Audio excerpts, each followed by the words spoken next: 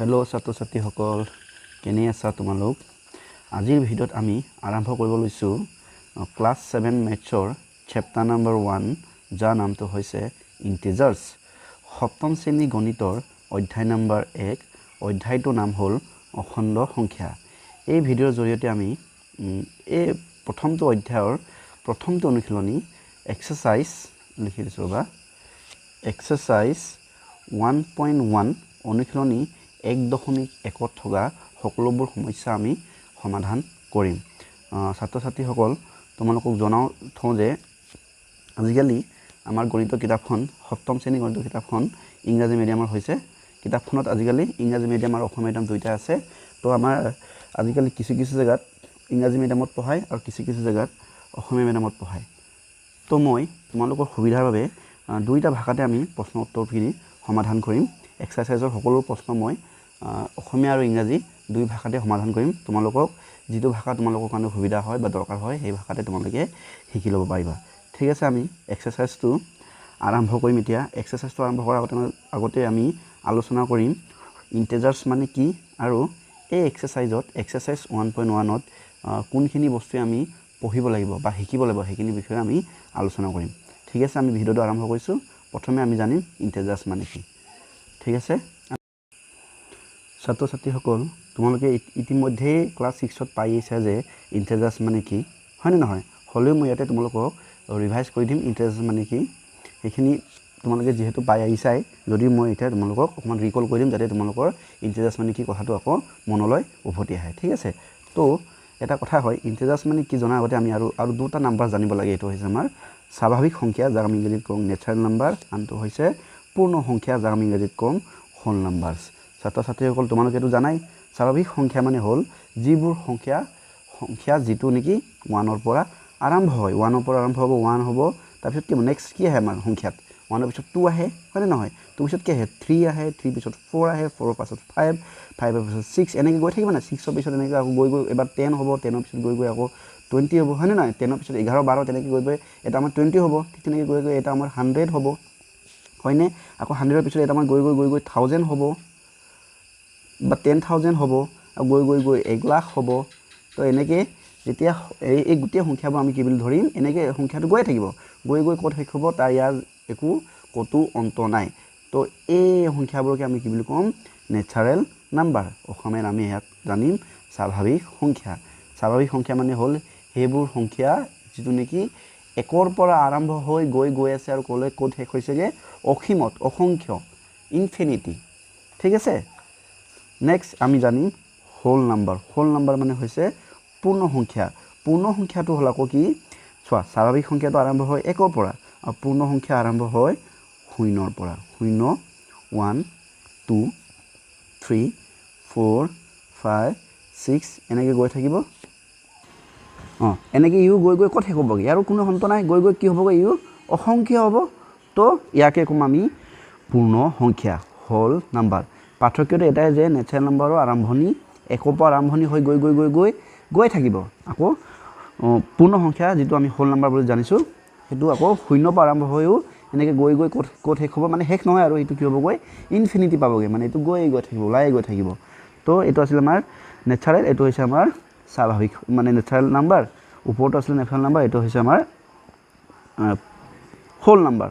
পূৰ্ণ সংখ্যা এটা পূৰ্ণ সংখ্যাবোৰ চাবা দেই পূৰ্ণ সংখ্যাবোৰ আমি যে লিখিছো এটা চাও ইয়াৰ পৰা এই পূৰ্ণ সংখ্যাটোৰ পৰা আমাৰ ইন্টিজাৰ্ছটো আহিব অখণ্ড সংখ্যাটো আহিব ভালকৈ মন দিবা পূৰ্ণ সংখ্যাবোৰ কি ক'বা আৰম্ভ বুলি কৈছো মই 1 2 3 4 5 6 এনেকৈ গৈ থাকিব এনেকৈ গৈ ক'ত যাবগে ইনফিনিটি যাব এটা তোমালোকে চোৱা এই গোটেই সংখ্যাবোৰ কি সংখ্যা হয় তোমালোকে মন ধৰিব পাৰিছা নাই এই গোটেই সংখ্যাবোৰ কি হয় ধনাত্মক এইবোৰ সংখ্যা আমাৰ পজিটিভ নাম্বাৰছ তাৰ মানে কি এইবোৰ আগত একো চিন নাই তাৰ মানে এইবোৰ আগত কি আছে যোগ চিন আছে একো যদি চিহ্ন নাথাকে তাৰ অৰ্থটো হৈছে যোগ চিন তাৰ মানে এইবোৰ হৈছে সকলোবোৰ পজিটিভ নাম্বাৰৰ অসমীয়াত কয় ধনাত্মক সংখ্যা বুলি কয় ঠিক আছে ধনাত্মক এইটো আমাৰ ইংৰাজীত কওঁ আমি পজিটিভ নাম্বাৰছ ঠিক আছে এটা চোৱা এই পূৰ্ণ সংখ্যাবোৰ গোটেই পজিটিভ নাম্বাৰছ আমি ল'লোঁ লগতে এই পূৰ্ণ সংখ্যাবোৰ যেতিয়া আমি নেগেটিভ নাম্বাৰবোৰ যেতিয়া ধৰিম এই সংখ্যাবোৰ যেতিয়া এই সংখ্যাবোৰৰ গোটেই নেগেটিভবোৰ যেতিয়া ধৰিম একেলগে জিৰ' পিছত এইফালে যেতিয়া আমি এইফালে যদি বাওঁফালে যদি উভতি যাওঁ জিৰ' পিছলৈ এইফালে এই সংখ্যাটো হ'ব -1 আকৌ এইফালে -2 -3 হ'ব -4 হ'ব -5 হ'ব ঠিক তেনেকৈ ইও গৈ থাকিব গৈ গৈ ইয়াৰো একো ক'ৰবাত অন্ত হ'ব জানো ইয়াৰো অন্ত নহয় অন্ত কি হ'বগৈ এইটো আমি যিহেতু এইটো অসংখ্য হ'ব এই অসংখ্যটো দেখাবৰ কাৰণে কি কৰিম এইফালে হ'ব এইটো ইনফিনিটি হ'ব চোৱা এতিয়া ভালকৈ চোৱা শূন্যৰ আগলৈ গ'লে সংখ্যাবোৰ কি হ'ব 1 2 3 এনেকৈ গৈ থাকিব হয়নে নহয় শূন্যৰ যেতিয়া পিছফালে বেকলৈ যেতিয়া সংখ্যাবোৰ আহিব এইটো কি হ'ব -1 -2 -3 -4 -5 এনেকৈ গৈ গৈ কি হ'বগৈ ইনফিনিটি হ'ব দেখিছানে এইটো ইনফিনিটি আৰু শূন্যৰ যদি সোঁফালে যায় মানে আগলৈ যদি গুচি যায় 1 2 3 4 5 6 গৈ গৈ কি হ'বগৈ ইনফিনিটি হ'বগৈ তো এই গোটেই সংখ্যাবোৰ আমি একেলগে কি বুলি কওঁ ইণ্টিজাৰ্ছ বুলি কওঁ এই গোটেই সংখ্যাবোৰ আমি একেলগে কি কওঁ ইণ্টিজাৰ্ছ যাক আমি অসমীয়াত কওঁ অখণ্ড সংখ্যা তো এটা নিশ্চয় বুজি পাইছা তাৰমানে এই পূৰ্ণ সংখ্যাৰ যিবোৰ নাম্বাৰ আছিলে এইবোৰ সেই সকলোবোৰ নাম্বাৰ পজিটিভ হয় পূৰ্ণ সংখ্যাত অকল সংখ্যাবোৰ সকলোবোৰ পজিটিভ ধনাত্মক হয় আৰু আমি যেতিয়া ধনাত্মক সংখ্যাবোৰ আৰু লগতে ঋণাত্মক এই ধনাত্মক সংখ্যাবোৰৰ যেতিয়া লগত ঋণাত্মক সংখ্যাবোৰকো লগত যেতিয়া লৈ ল'ম এই গোটেই সংখ্যাবোৰ আমি একেলগে কি বুলি ক'ম অখণ্ড সংখ্যা বুলি ক'ম ইণ্টিজাৰ্ছ বুলি ক'ম নিশ্চয় বুজি পাইছা ইণ্টিজাৰ্ছ কি বস্তু হয় হয়নে নহয় এতিয়া চোৱা ইয়াতে আমি দুটা বস্তু ধৰিব পাৰিম এতিয়া আমি দুটা বস্তুতে গমেই পাইছোঁ যে আমাৰ এই ইণ্টিজাৰ্ছ এইকেইটা হৈছে আমাৰ ইণ্টিজাৰ্ছ এই ইণ্টিজাৰ্ছটোত মই এইখিনি বৰ গুৰুত্বপূৰ্ণ কথা কৈছোঁ দেই তোমালোকে অকণমান মন দিবা এই ইণ্টিজাৰ্ছটোত চোৱা ইণ্টিজাৰ্ছটো কি হৈছে মানে শূন্যৰ পৰা যেতিয়া এই আগলৈ গৈছে আগলৈ যোৱা সংখ্যাবোৰ কি হৈছে গোটেইবোৰ মানে প্লাছ পজিটিভ মানে ধনাত্মক সংখ্যা হৈছে আৰু শূন্যৰ পৰা পিছলৈ অহা বা বেকলৈ অহা যিবোৰ এইটো শূন্যৰ পৰা এইটো হৈছে বাওঁ ছাইড বাওঁফাল বা এইটো ইংৰাজী লিখি দিওঁ ন ইংৰাজী লিখিলে কি হ'ব লেফ্ট ছাইড হ'ব লেফ্ট ছাইড আৰু জিৰ'ৰ পৰা এইফালে ৰাইট ছাইডত গ'লে কি হ'ব ৰাইট ছাইড হ'ব সেইটো ছাইড এটা মন কৰা সংখ্যাবোৰ জিৰ'ৰ পৰা যিমান ৰাইট ছাইডত গৈছে গোটেই সংখ্যাবোৰ কি হ'ব পজিটিভ নাম্বাৰছ আৰু জিৰ'ৰ পৰা যিমান সংখ্যাবোৰ লেফ্টত যাব গোটেই সংখ্যাবোৰ কি হ'ব নেগেটিভ নাম্বাৰছৰ ইংৰাজীত কয় ঋণাত্মক সংখ্যা পজিটিভ কয় ধনাত্মক মইতো বাৰে বাৰে কৈছোঁৱেই গতিকে কি হ'ব ইয়াৰ দ্বাৰা আমি কি বুজিব পাৰোঁ যে ইণ্টিজাৰ্ছ দুই প্ৰকাৰৰ হয় মানে অখণ্ড সংখ্যা দুই প্ৰকাৰৰ মই ওপৰত এইখিনি মুচি দিছোঁ এইখিনিতো বুজিলেই নহয় জেগা নাই কাৰণে ইয়াতে মই লিখিম এইটো চাবা ডিলেটকৈ মুচি দিছোঁ ইণ্টিজাৰ্ছ আমাৰ দুই প্ৰকাৰ হয় কি হ'ব ইণ্টিজাৰ্ছটো আমাৰ দুই প্ৰকাৰ এটা আমাৰ কি এটা হৈছে আমাৰ ধনাত্মক মানে এইটো যাক আমি ইংৰাজীত ক'ম পজিটিভ ইণ্টিজাৰ্ছ ই হ'ব আমাৰ অসমীয়াত ধনাত্মক অখণ্ড সংখ্যা আনটো হ'ব আমাৰ ঋণাত্মক অখণ্ড সংখ্যা আনটো আমাৰ কি হ'ব ঋণাত্মক অখণ্ড হ'ব যাক ইংৰাজীত আমি ক'ম নেগেটিভ নাম্বাৰছ হয় নাই ইয়াক আমি অসমীয়াত যদি লিখোঁ এইটো হ'ব ঋণাত্মক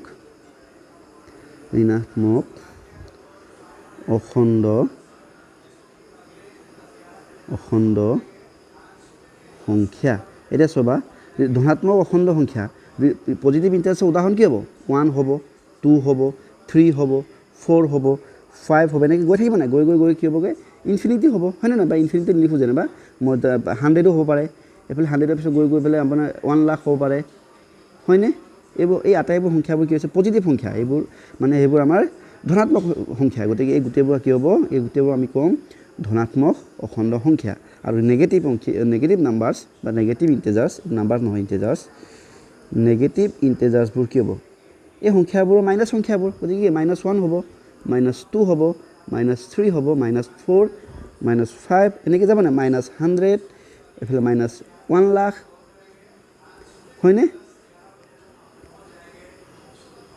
তো এই মাইনাছ থকা সংখ্যাবোৰক আমি কি বুলি ক'ম নেগেটিভ ইণ্টিজাৰ্ছ ক'ম আৰু প্লাছ সংখ্যাবোৰক আমি ক'ম পজিটিভ ইণ্টিজাৰ্ছ সংখ্যাবোৰৰ প্লাছ যদি হয় সেইবোৰ আকৌ আমি প্লাছ চিন নিদিওঁ প্লাছ একো চিন নাথাকিলে আমি এইটো জানিবই লাগে এইটো যে প্লাছ হৈ আছে ঠিক আছে এইটো তোমালোকে এইটো বুজি ল'বা তো আমি গম পালোঁ এতিয়া ইণ্টিজাৰ্ছ আমাৰ দুই প্ৰকাৰৰ হয় এটা হৈছে পজিটিভ ইণ্টিজাৰ্ছ ধনাত্মক অখণ্ড সংখ্যা এটা হৈছে নেগেটিভ ইণ্টিজাৰ্ছ ঋণাত্মক অখণ্ড সংখ্যা তো সেইটো আছিলে আমাৰ ইণ্টিজাৰ্ছ এতিয়া ইণ্টিজাৰ্ছক আমি কি শিকিম নেক্সট আমি শিকিম ইণ্টিজাৰ্ছক আমি সংখ্যা ৰেখাত কেনেকৈ বহাম চাবা দেই সংখ্যা ৰেখা তোমালোকে নিশ্চয় আগতে পাইছা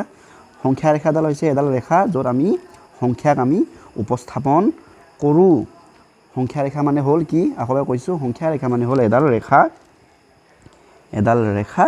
হয়নে নহয় যাক য'ত আমি সংখ্যাবোৰক উপস্থাপন কৰোঁ গতিকে সংখ্যা ৰেখাৰ অখণ্ড সংখ্যা ৰেখাডালৰ মাজৰ বিন্দুটো আমি কি সংখ্যা ধৰিম এইটো 0 ধৰিম সদায় মনত ৰাখিবা মাজৰ বিন্দুটো আমি কি বিন্দু ধৰিম এইটো এই বিন্দু নাম্বাৰটো আমি 1 ধৰিম তো 1ৰ পৰা যেতিয়া 0ৰ পৰা মই কৈছোঁ না 0ৰ পৰা যেতিয়া অখণ্ড সংখ্যাত 0ৰ পৰা যেতিয়া বাওঁফালে যায় বা ৰাইট ছাইডত যায় ৰাইট ছাইডত গ'লে সংখ্যাবোৰ কি হ'ব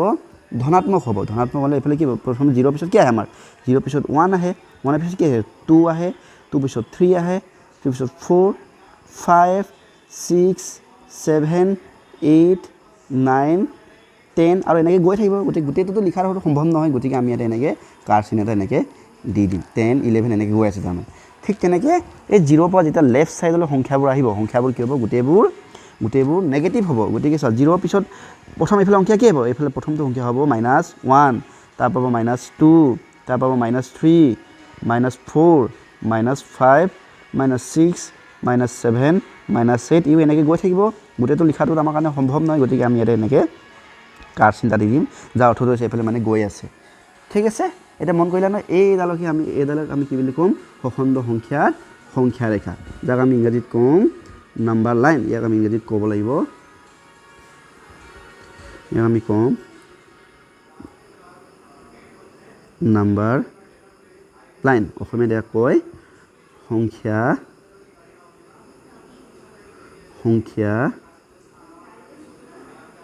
ৰেখা ঠিক আছে মই ওপৰখিনি মুছি দিছোঁ দেখিবলৈ বেয়া লাগিছে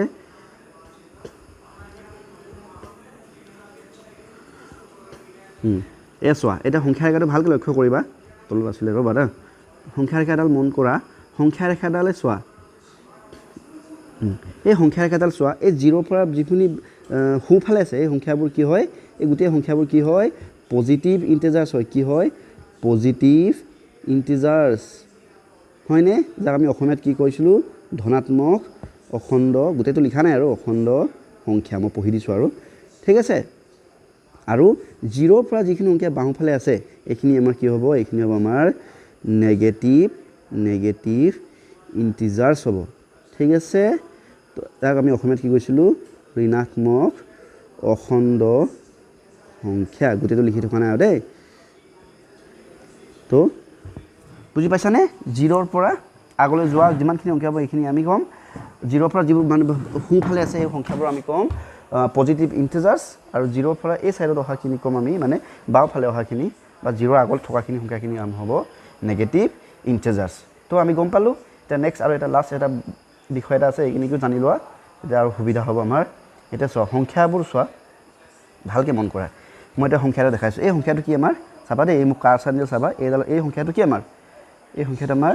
1 হয়নে নহয় এতিয়া চাবা সংখ্যাটো 1ৰ পৰা মই যদি ৰ'বা এইটো কি হৈছে ৰ'বা মই 1ৰ পৰা যদি এই ৰাইট ছাইডত গৈ থাকোঁ 1ৰ পিছত কি আহিছে মানে ৰাইট ছাইড মানে কি সোঁফালে গৈ 2 আহিছে 2 পিছত কি আহিছে 3 আহিছে 3 পিছত কি আহিছে 4 আহিছে 4ৰ পিছত কি আহিছে 5 আহিব হয় নাই 5ৰ পিছত 6 6ৰ পিছত 7 7ৰ পিছত 8 হয়নে নহয় তাৰমানে যেতিয়া আমাৰ সংখ্যাবোৰ ক্ৰমান্বয়ে সোঁফালে গৈ আছে ক্ৰমান্বয়ে ক'ত গৈ আছে সোঁফালে বা ৰাইট ছাইডে যেতিয়া যায় সোঁফালে যদি যায় সংখ্যাৰ মানটো কি হৈছে বাঢ়িছে নে কমিছে চোৱাচোন এফালে 1 আছিলে তাৰপিছত 2 হ'ল 2 পিছত 3 3 পিছত 4 আমি কি জানো 1তকৈ 2 ডাঙৰ 2তকৈ আকৌ 3 ডাঙৰ 3তকৈ আকৌ 4 ডাঙৰ 4তকৈ আকৌ কি 5 ডাঙৰ 5তকৈ আকৌ 6 ডাঙৰ 6তকৈ 7 ডাঙৰ 7তকৈ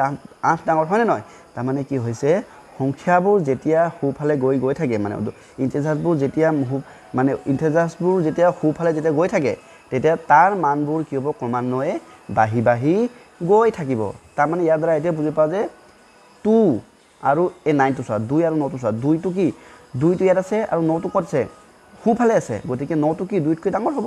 মানে সদায় মন কৰিবা সংখ্যা ৰেখাত সোঁফালে থকা সংখ্যাটো বাওঁফালে থকা সংখ্যাটোতকৈ সদায় ডাঙৰ হয় বুজি পাইছানে মই কি কৈছোঁ অলপ মুচি দিওঁ ন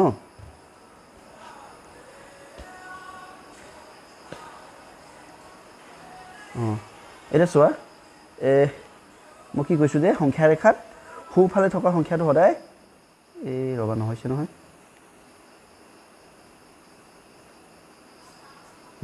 সংখ্যা ৰেখাত সদায় সোঁফালে থকা সংখ্যাটো বাওঁফালে থকা সংখ্যাতকৈ ডাঙৰ হয় তো তেনে ক্ষেত্ৰত যদি আমি চোৱা এইটো চোৱা -5 আৰু -3 ইয়াতে চোৱা কোন ডাঙৰ হ'ব ইয়াতে সোঁফালে কোন আছে সোঁফালে আছে -3 টো আছে গতিকে -5তকৈ -3 কি হ'ব -3 কি হ'ব ডাঙৰ হ'ব -5তকৈ -5টো সৰু হ'ব আৰু তোমালোকে সদায় এটা বস্তু কথা এতিয়া জানি থোৱা মনত ৰাখিবা যে যদি দুটা আমাৰ ইন্টিজাৰ্স সংখ্যা দুটা আমাক দুটা অখণ্ড সংখ্যা দিছে দুটা সংখ্যাই বোলে মাইনাস নেগেটিভত আছে ধৰি লোৱা -10 আৰু -17 এটা চোৱা দেখিবলৈতো আমি আগতে সৰুৰ পৰা কি শিকি আছোঁ যে 17 সংখ্যাটো 10তকৈ ডাঙৰ বুলি শিকি আছোঁ কিন্তু যেহেতু দুটা সংখ্যা নেগেটিভত আছে দুটা সংখ্যা আমাৰ ঋণাত্মকত আছে বা দুটা সংখ্যা বিয়োগত আছে তেনে ক্ষেত্ৰত তোমালোকে সদায় জানিবা যে এই নেগেটিভ নাম্বাৰছটো সদায় নেগেটিভ নাম্বাৰছৰ যিটো সৰু সংখ্যাটো এইটো সদায় নেগেটিভ নাম্বাৰছৰ ডাঙৰ সংখ্যাতকৈ ডাঙৰ হয় তাৰমানে ইয়াত 10টো 17তকৈ যদিও সৰু কিন্তু যেহেতু দুটা সংখ্যাই কি মাইনাছ হৈছে গতিকে 10টো কি হ'ব ইয়াতে কি হ'ব -17তকৈ ডাঙৰ হ'ব আৰু -17 10তকৈ সৰু হ'ব বুজি পাইছানে আকৌ এটা উদাহৰণ দিছোঁ মই চমু উদাহৰণ দিছোঁ 2 আৰু -3 এতিয়া এই দুটাৰ ভিতৰত কোনটো ডাঙৰ হ'ব তোমালোকে গম পোৱা নে কাৰণ যিহেতু দুটা সংখ্যা মাইনাছত আছে গতিকে দুটা সংখ্যা যদি মাইনাছত যদি থাকে তেন্তে সৰু সংখ্যাটোৱে এই দুটাতকৈ ডাঙৰ হ'ব গতিকে এই 3তকৈ এই 2টো মানে -3তকৈ -2 ডাঙৰ হ'ব এই -2টোৱে কি হ'ব ডাঙৰ হ'ব আৰু -3 কি হ'ব সৰু হ'ব হয়নে লাষ্ট আৰু এটা উদাহৰণ দিছোঁ এটা বুজি পাবা তোমালোকে মই আশা কৰিছোঁ তোমালোকে নিশ্চয় বুজি পাইছা এতিয়া -5 আৰু -7 এই দুটাৰ ভিতৰত কোনটো ডাঙৰ হ'ব এই দুটাৰ ভিতৰত ডাঙৰ হ'ব -5 কিয়নো দুইটা সংখ্যাই মাইনাছত আছে হয়নে দুটা সংখ্যা মাইনাছত আছে আৰু দুটা সংখ্যা যদি মাইনাছত থাকে কম মানে সৰু সংখ্যাটো কি হয় ডাঙৰ হৈ যায় গতিকে 7 আৰু 5টো যদিও সৰু কিন্তু যেহেতু দুটা সংখ্যা মাইনাছত আছে গতিকে 5টো কি হৈ যাব ডাঙৰ হৈ যাব কাতকৈ -7তকৈ গতিকে -7টো হৈ যাব সৰু হ'বনে নেক্সট আৰু দুটা কথা জানি আৰু এটা কথা জানা এইটো হৈছে আমাৰ 2 আৰু -13 চোৱা এই -13টো হৈছে আমাৰ নেগেটিভ নাম্বাৰছ হয়নে নহয় আৰু 2টো হৈছে আমাৰ পজিটিভ মানে 2 আগৰ একো চিন নাই তাৰমানে এইটো হৈছে কিহতে হৈছে 2 আগৰ একো চিন নাই তাৰমানে এইটো হৈছে আমাৰ পজিটিভ নাম্বাৰছ যুগ্ম মানে ধনাত্মক সংখ্যা আৰু সদায় গম পাবা ধনাত্মক সংখ্যা ঋণাত্মক সংখ্যাতকৈ সদায় ডাঙৰ হয় তাৰমানে যদি 1ও যদি হয় এটা যদি এইফালে 1 এইফালে যদি -100 তো ইয়াৰ পিছত ডাঙৰ কোনটো হ'ব 1 ডাঙৰ হ'ব কাৰণ 1টো হৈছে পজিটিভ নাম্বাৰছ এই 100টো এই মাইনাছ এইটো 100 হৈ গ'ল গতিকে এইটো নেগেটিভ নাম্বাৰ গতিকে 1টো ডাঙৰ হ'ব আৰু 1টো কি হ'ব 100টো কি হ'ব -100টো কি হ'ব সৰু হ'ব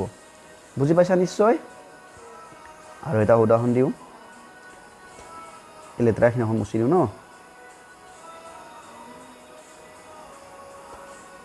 তলৰটো মুচি দিছোঁ এতিয়া চোৱা মই কি কৈ আছিলোঁ যে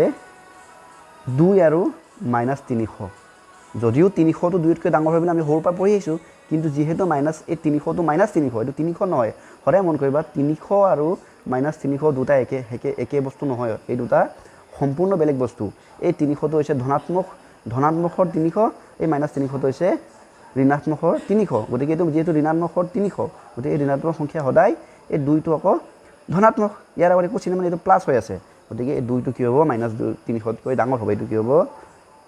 ডাঙৰ হ'ব আৰু এইটো কি হ'ব সৰু হ'ব বুজি পালানে এতিয়া লাষ্ট এটা কৈছোঁ 4 যেনেকৈ এইফালে মই দিছোঁ -10,000 চোৱা যিহেতু এইটো মাইনাছ যদিও 10,000 এইটো -10,000 গতিকে -10,000টো 4তকৈ সৰু হ'ব 4 হ'ব ডাঙৰ -10,000 হ'ব সৰু নিশ্চয় বুজি পালা এতিয়া লাষ্ট এটাই কৈছোঁ আৰু এইটো হৈছে সেইটো জানি থোৱা পিছত প্ৰয়োজন হ'ব এইটো হৈছে এটা তোমালোকক যদি মই যদি দিওঁ 0 আৰু -5 এই দুটাৰ ভিতৰত কোন ডাঙৰ হ'ব এটা হৈছে 0 এটা হৈছে -5 গতিকে কোন ডাঙৰ হ'ব বুলি যদি কয় এই এইটো হৈছে ঋণাত্মক সংখ্যা মানে নেগেটিভ নাম্বাৰতকৈ সদায় 0 ডাঙৰ হয় তো 0টো কি হ'ব ইয়াতে ডাঙৰ হ'ব আৰু -5টো কি হ'ব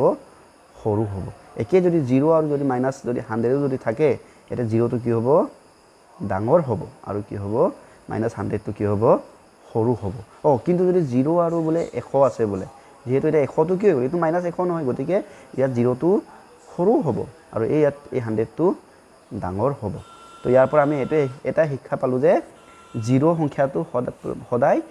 নেগেটিভ নাম্বাৰছ মানে ঋণাত্মক সংখ্যাবোৰতকৈ সদায় ডাঙৰ হয় ঠিক আছে আৰু নেক্সট আমি কি পাইছিলো যে নেগেটিভ নাম্বাৰছবোৰতকৈ পজিটিভ নাম্বাৰছবোৰ সদায় ডাঙৰ ঠিক আছে এইখিনি আছিল আমাৰ ইন্টিজাৰ্ছৰ বিষয়ে অকমান ক'বলগীয়া কথা ইয়াৰ পিছত আমি এক্সাৰসাইজটো এটা আৰম্ভ কৰি দিছো এক্সাৰসাইজটো আৰম্ভ কৰিলে কৰিম ইয়াৰ ভিতৰত যদি আৰু বেলেগ যদি কথা যদি ক'বলগীয়া থাকে বা শিকিবলগীয়া থাকে আমি এক্সাৰসাইজৰ মাজে মাজে কৈ যাম এতিয়া আমি পুনে পুনে এক্সাৰসাইজটো আৰম্ভ কৰিছো ঠিক আছে এক্সাৰসাইজ আমাৰ এই লেসনটোৰ নাম কি ইন্টিজাৰ্ছ লেসনৰ নাম ইন্টিজাৰ্ছ যাক আমি অসমীয়াত জানিছো অখণ্ড সংখ্যা বুলি এতিয়া আমাৰ প্ৰথম এক্সাৰসাইজলৈ গৈছো এক্সাৰসাইজ 1.1 অনুশীলনী 1.1 কোৱেশ্চন নম্বৰ 1 কোৱেশ্চন সব তোমালোকে চাবা প্ৰশ্নখিনি মই দুইটা ভাষাতে লিখি থৈছো উত্তৰ কৰিতে মই দুইটা ভাষাতে কৰিম তোমালোকৰ সুবিধা হ'ব বুলি লগতে মই প্ৰশ্নটো এই ফটো এখন ইয়াতে লগাই থৈছো এখন বুজি নাপালে মই এটো তোমালোকক মই জুম কৰি দেখাম তোমালোকে চাবা এটো চোৱা এক্সাৰসাইজ 1.1 কোৱেশ্চন নম্বৰ 1 প্ৰথম কোৱেশ্চন নম্বৰ 1 কি কৈছে ভালকৈ চাবা দেই how many integers are there in between 5 and -13 প্ৰশ্নটো কি সুধিছে যে মাইনাস এটা অসমীয়াটো আমি পঢ়িব পাৰিম যে 5 আৰু -13 ৰ মাজত কিমানটা অখণ্ড সংখ্যা আছে তো ইয়াকে মই তলটো লিখি থৈছো তোমালোকৰ সুবিধাৰ কাৰণে এটা প্ৰশ্ন 1টো চোৱাচোন how many integers are there in between 5 and -13 Asomiya যদি পঢ়ো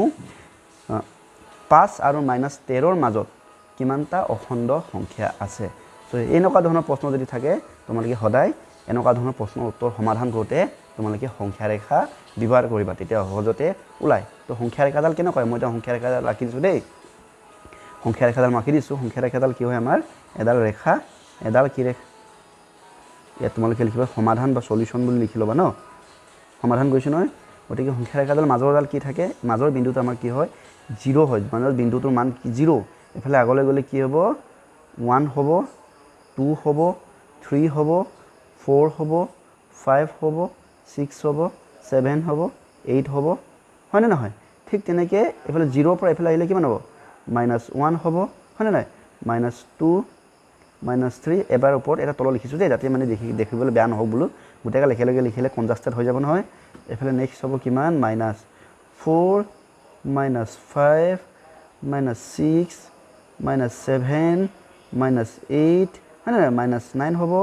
-10 হ'ব -11 হ'ব -12 হ'ব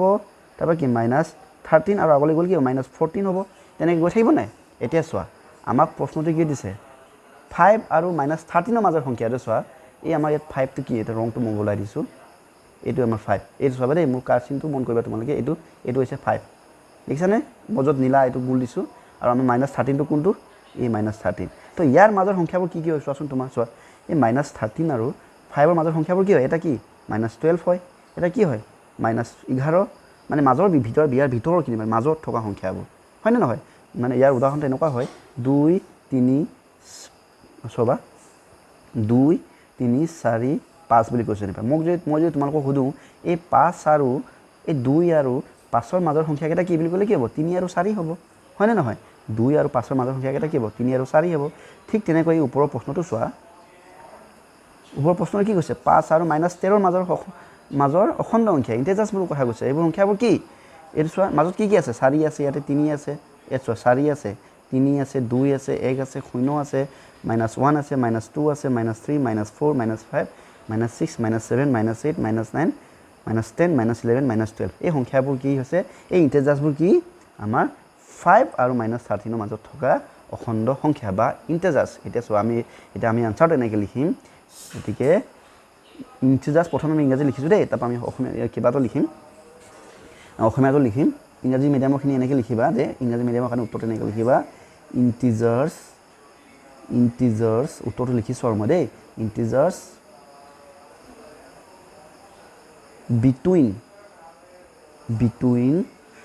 between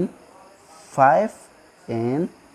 -13 মানে মাইনাছ সংখ্যা থাকিলে পৰাপক্ষত ব্ৰেকেট দিব লাগে তেতিয়া ভাল হয় আৰু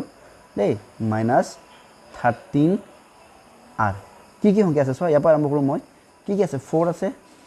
4 3 2 1 0 -1 -2 আৰু -3 -4 -5 -6 -7 -8 -9 -10 -11 and -12 n বুলি লিখিব পাৰা আৰু লিখিব পাৰা n -12 হয়নে নহয় এটা চা আমাৰ প্ৰশ্নটো কি কৈছে টোটেল কেটা অখণ্ড সংখ্যা আছে আমাকতো এইখিনি এটা আমি গণতি কৰিম কেটা পালো চাবা দে মই গণতি কৰিছো 1 2 3 4 5 6 7 8 9 10 11 12 13 14 15 16 17টা মুঠ আমি কিমানটা সংখ্যা পালো মানে -13 আৰু 5 ৰ মাজত কিমানটা অখণ্ড সংখ্যা পালো 17টা পালো আখাইবা হিচাপ কৰোঁ দে ভুল হ'ব পাৰে নহয় 1 2 3 4 5 6 7 8 9 10 11 12 13 14 15 16 17 ঠিক আছে আমি 17টা পালো এতেকে আমি লাষ্ট আমি লিখিম therefore লিখিম there মানে এতেকে আৰু there are কিমানটা পালো 17টা পালো 17 integers between কাৰ মাজত between 5 and -13 তাৰ মানে কি লিখিছো আমি মানে মাইনাস মানে মাইনাস নহয় 5 আৰু -13 ৰ মাজৰ মুঠ অখণ্ড সংখ্যা কেটা পালো আমি 17টা এটোকে আমি লিখিলো এটা তোমালোকে অসমীয়া নামৰখিনি এনেকৈ লিখিবা অসমীয়া নামৰখিনি এনেকৈ লিখিবা ডাইৰেক্ট লিখিলে হ'ব দেই তোমালোকে অসমীয়া নামৰখিনি ওপৰত এটো লিখিলে হ'ব ডাইৰেক্ট এনেকৈ লিখিলে গতিক এতেকে লিখিবা এতেকে 5 আৰু -13 ৰ মাজৰ মুঠ অখণ্ড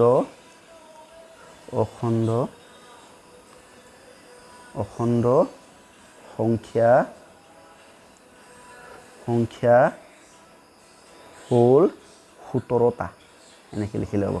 ঠিক আছে এইটো কেতিয়াবা 1 নম্বৰ কাৰণে প্ৰশ্ন আহিব এইটো এনেকৈ লিখিলে হ'ল নিশ্চয় বুজি পাইছা তোমালোকে এইটো আছিল আমাৰ কোৱেশ্চন নম্বৰ 1 ৰ সমাধান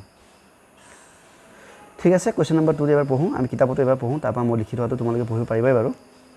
ঠিক আছে 2 নম্বৰটো কি কৈছে চাবা দেই ইয়াতে পঢ়া তোমালোকে এইটো চোৱা 2 নম্বৰ দেখিছা নহয়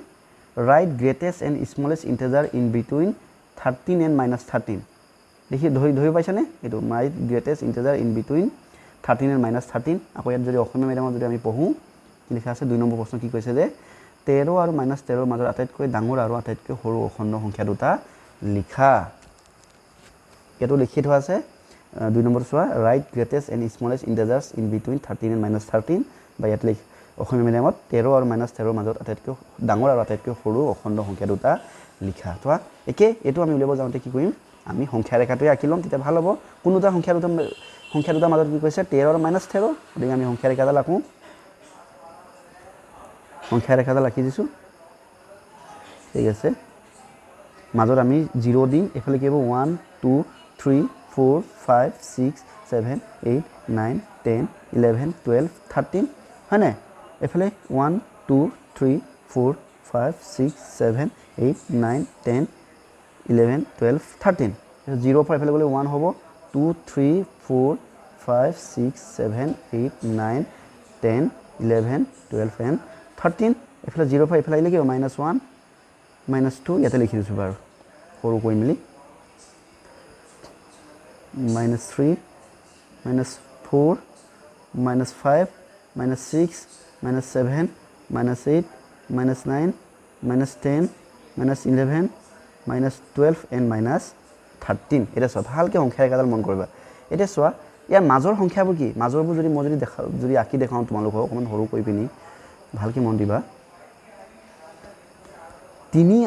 -13 আৰু দেখিছানে -13 আৰু -13 -13 আৰু +13 দুটা মাজৰ সংখ্যাবোৰ কি এইকেইটা হয়নে নহয় এইকেইটা চোৱা মই আঁকি যে দিছোঁ এইকেইটা হয়নে নহয় এই য'ত মই গোল দি আছোঁ এইটো এইকেইটা হয়নে নহয় কি হ'ব এইফালে 12 11 10 9 8 7 6 5 4 3 2 1 0 -1 -2 -3 -4 -4 -5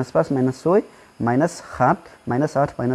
-10 -11 -12 এইকেইটা হৈছে -13 আৰু 13 ৰ মাজত থকা অখণ্ড সংখ্যা এটা এই আটাইকেইটাৰ ভিতৰত এইকেইটা আটাইকেইটাৰ ভিতৰত সৰুটো কি হ'ব -12 হ'ব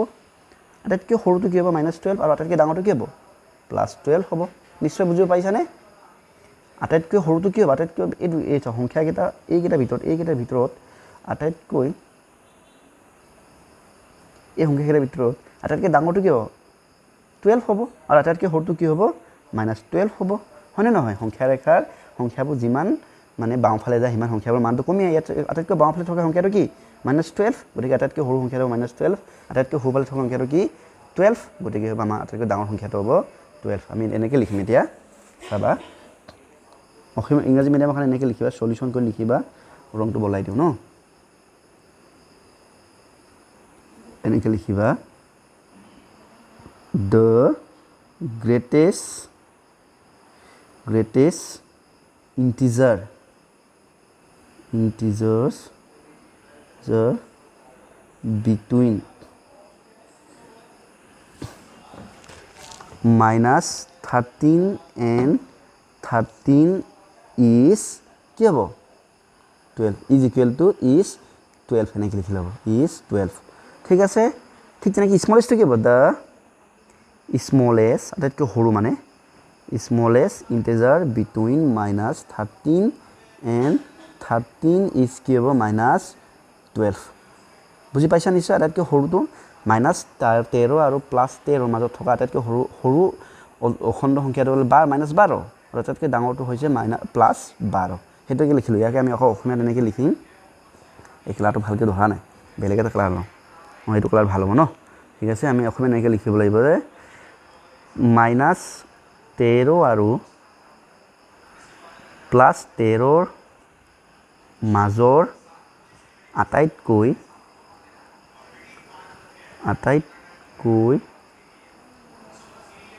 ডাঙৰ সংখ্যাটো হ'ল 12 আকৌ লিখিবা -13 আৰু +13 মাজৰ এইটো কমা চিন দিলেও আটাইতকৈ সৰু সংখ্যাটো সৰু অখণ্ড সংখ্যা বুলি লিখিবা দেই এটা বেছি ভাল হ'ব সৰু বা ইয়াত এনেকৈ লিখিবা ডাঙৰ অখণ্ড সংখ্যা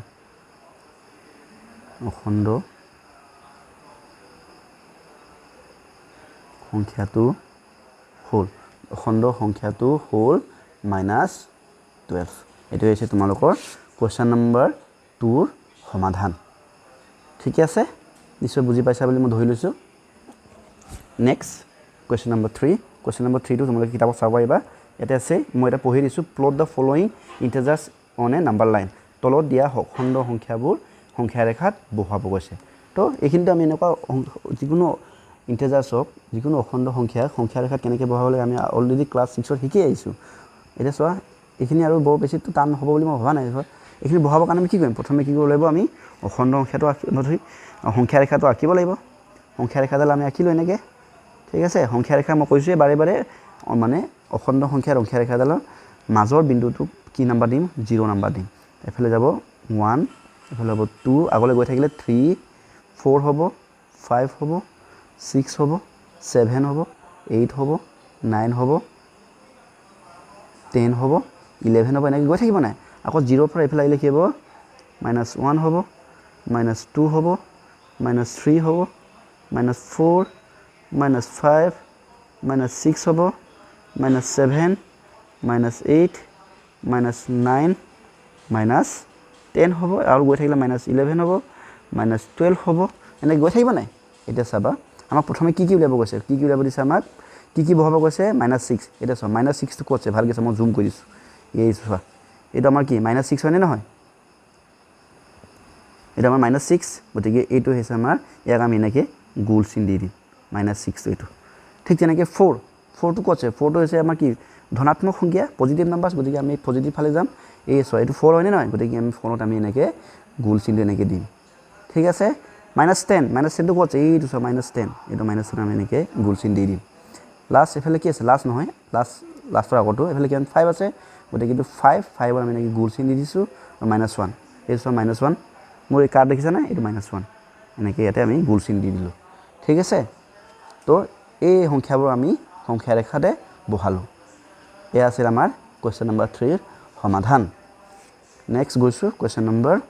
4 কুৱেশ্যন নম্বৰ 4 কৈছে যে right 5 negative integers wish R greater than -15 -15তকৈ ডাঙৰ 5টা ঋণাত্মক অখণ্ড সংখ্যা মানে কি হ'ব -15তকৈ কি হ'ব লাগিব ডাঙৰ হ'ব লাগিব আৰু সংখ্যাবোৰ কি হ'ব লাগিব নেগেটিভ নাম্বাৰছ হ'ব লাগিব মানে 15তকৈ ডাঙৰ 5টা ঋণাত্মক অখণ্ড সংখ্যা লিখিব কৈছে তো -15তকৈ ডাঙৰ কি হ'ব চোৱা মই আগতে কৈছোঁ মই যদি -15 আৰু -16 যদি লওঁ এতিয়া চোৱা দুটাকৈ ডাঙৰ কি হ'ব ডাঙৰ কোনটো হ'ব -15 হ'ব কাৰণ দুটাই মাইনাছত আছে গতিকে আমাক কি কৈছে 16টো কি 16টো -15টো কি হ'ব সৰু হৈ যাব আমাক সৰু ল'ব কোৱা নাই আমাক কি কৈছে ডাঙৰ ল'ব কৈছে ডাঙৰ ল'ব হ'লে কোনটো ল'ব লাগিব ইয়াৰ আগৰ সংখ্যা ল'ব লাগিব আগৰ সংখ্যাটো কি -14 এই চোৱা -14টো কি চোৱাচোন -14টো -15তকৈ ডাঙৰ -15তকৈ ডাঙৰ লগতে কি -15তকৈ সৰু লগতে কি হৈছে এইটো এই সংখ্যাটো কি আমাৰ নেগেটিভ নাম্বাৰছো হয় ঠিক তেনেকৈ -13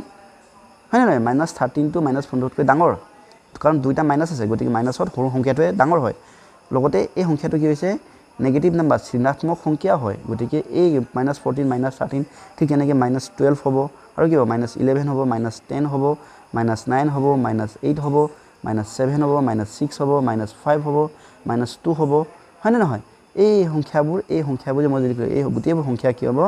-15তকৈ ডাঙৰ লগতে এই সংখ্যাবোৰ কি হয় নেগেটিভ নাম্বাৰছো হয় তো এনেকৈ আমাক 5টা লিখিব কৈছে তো ইয়াৰে আমি যিকোনো 5টা লিখি দিম গতিকে আমি এনেকৈ লিখিম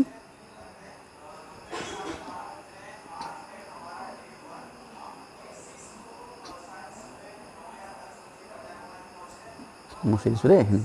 গতিকে মই লিখিম এনেকৈ লিখিম সলিউশ্যন মানে সমাধান তোমালোকে সলিউশ্যনৰ জেগাত এনেকৈ সমাধানো লিখিব পাৰা বা ইংৰাজীত তোমালোকে সলিউশ্যন লিখিব মই এতিয়া লিখি দিছোঁ সমাধান বুলি নেক্সট টাইমৰ পৰা সলিউশ্যন বুলি লিখিম সমাধান কি হ'ব যে 5 negative integers which are greater than -15 আর কি কৈছিলোঁ মই -14 হ'ব হয়নে নহয় মন দিবা দেই মাইনাছ চোৱা এনেই মই যদি তোমালোকক ইয়াতে এটা কথা কৈছোঁ মই যদি 14 যদি লিখোঁ 14ও কি হ'ব -15তকৈ ডাঙৰ হয় কাৰণ 14টো ইয়াত পোৱা যায় পজিটিভ নাম্বাৰছ আৰু -15টো নেগেটিভ নাম্বাৰছ 14ও 15তকৈ ডাঙৰ হয় সেইটো একো আমাৰ দি পদ নাই কিন্তু সংখ্যাটো কি হ'ব লাগিব সংখ্যাটো হ'ব লাগিব নেগেটিভ নাম্বাৰছ যিটো নেকি এনেকুৱা নেগেটিভ নাম্বাৰছ বা এনেকুৱা ঋণাত্মক অখণ্ড সংখ্যা যিটো নেকি -15তকৈ ডাঙৰ হয় গতিকে আমি কি ল'ব লাগিব গতিকে আমি ল'ব লাগিব -14 ল'ব লাগিব আকৌ -13 ঠিক তেনেকৈ আৰু কি হ'ব -12 -11 কেইটা হ'ল 4টা হ'ল ন আৰু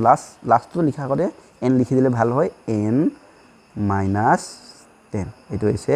আমাৰ আনচাৰ আকৌ ইয়াক আমি অসমীয়া মাধ্যমত যদি লিখোঁ অসমীয়া মাধ্যমৰ বাবে আমি এনেকৈ লিখিব লাগিব যে এইটো অসমীয়া মাধ্যমখন লিখিছোঁ দেই এইটো এনেই আছামিজ মাধ্যমখন লিখিছোঁ 15তকৈ ডাঙৰ 5টা ঋণাত্মক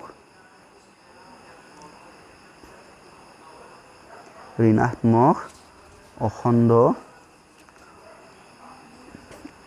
এইটো অখণ্ড ভুল হৈছে দেই এইটো অখণ্ড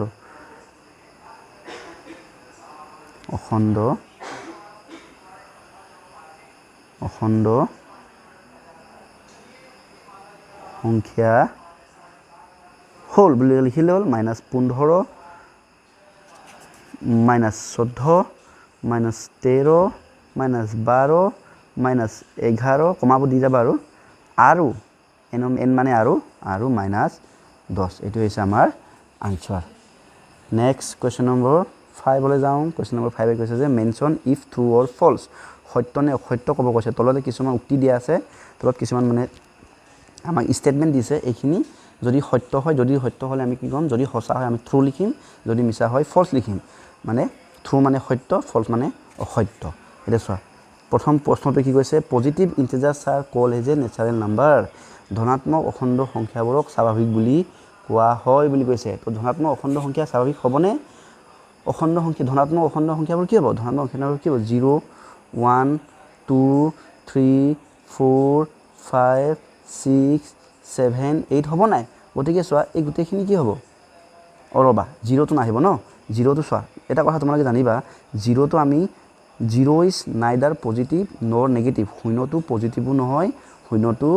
নেগেটিভো নহয় গতিকে শূন্যক আমি নধৰোঁ শূন্যক আমি পজিটিভত নধৰোঁ ইয়াক আমি নেগেটিভত নধৰোঁ গতিকে অখণ্ড সংখ্যা যিবোৰ ধনাত্মক হ'ব এইবোৰ কি হ'ব 1 2 3 4 5 6 7 8 এনেকৈ গৈ ইনফিনিটিলৈ যাব চা এই সংখ্যাবোৰ কি হয় স্বাভাৱিক সংখ্যা হয়নে নহয় গতিকে স্বাভাৱিক সংখ্যা ক'ৰ পৰা আৰম্ভ হয় স্বাভাৱিক সংখ্যা 1 পৰা আৰম্ভ হয় ইয়াতো আৰম্ভ ক'ৰ পৰা হৈছে 1 পৰা আৰম্ভ হৈছে আৰু গৈ গৈ ইনফিনিটিলৈ গৈছে গতিকে উক্তিটো কি হ'ব উক্তিটো আমাৰ সঁচা হ'ব গতিকে সঁচা হ'লে আমি কি লিখিম এইটো লিখিম আমি ট্ৰু লিখিম ইয়াৰ আনসাৰটো কি লিখিম ইয়াৰ আনসাৰ আমি কি লিখিম ট্ৰু ঠিক আছে অসমীয়া তোমালোকে লিখিবা সত্য বুলি লিখি দিবা ঠিক আছে নে নেক্সট তো পঢ়ো 2 number all the integers are whole number আটাইবোৰ অখণ্ড সংখ্যা বোলে পূৰ্ণ সংখ্যা বুলি কৈছে তো আমি কি পাইছিলোঁ পূৰ্ণ সংখ্যাবোৰ কি হয় 0 1 2 3 4 এনেকৈ গৈ গৈ ইনফিনিটিলৈ যাব কিন্তু অখণ্ড সংখ্যাবোৰ কি হয় অখণ্ড সংখ্যাবোৰ 0 1 2 তো হ'বই 1 2 3 4 তো হ'বই লগতে কোনবোৰ হ'ব -1 -2 -3 বোৰো হ'ব হয়নে নহয় এটা চোৱা -3 ক্ষেত্ৰত চোৱা -3 টো কি হয় এটা অখণ্ড সংখ্যা কিন্তু -3 টো পূৰ্ণ সংখ্যা হয় জানো মাইনাছ সংখ্যাবোৰ পূৰ্ণ সংখ্যা নহয় তোমালোকে এইটো ক্লাছ 6ত পাইছা হয়নে নহয় মাইনাছ নেগেটিভ নাম্বাৰবোৰ পূৰ্ণ সংখ্যা নহয় পূৰ্ণ সংখ্যাবোৰ অকল পজিটিভ নাম্বাৰছে হয় গতিকে চোৱা প্ৰশ্ন কি কৈছে অল দ্য ইন্টিজাৰ্স সকলোবোৰ অখণ্ড সংখ্যাই বোলে পূৰ্ণ সংখ্যা বুলি কৈছে গতিকে আমি কি লিখিম যে সকলোবোৰ ইন্টিজাৰ্স পূৰ্ণ সংখ্যা নহয় কাৰণ -3 এটা ইন্টিজাৰ্স হয় কিন্তু হিটো পূৰ্ণ সংখ্যা নহয় গতিকে উক্তিটো কি হ'ব আমাৰ মিছা হ'ব গতিকে আমি লিখিম ফলছ ইয়াৰ আনসাৰটো হ'ব ফলছ অসমীয়া তোমালোকে লিখিবা অসত্য ঠিক আছে নেক্সট 3 নম্বৰ চোৱা number line is extended to infinity on the both side of 0 এইটোতো সত্য চোৱা আমাৰ যেটা সংখ্যা ৰেখা চাবা দেই এটা আমাৰ সংখ্যা ৰেখা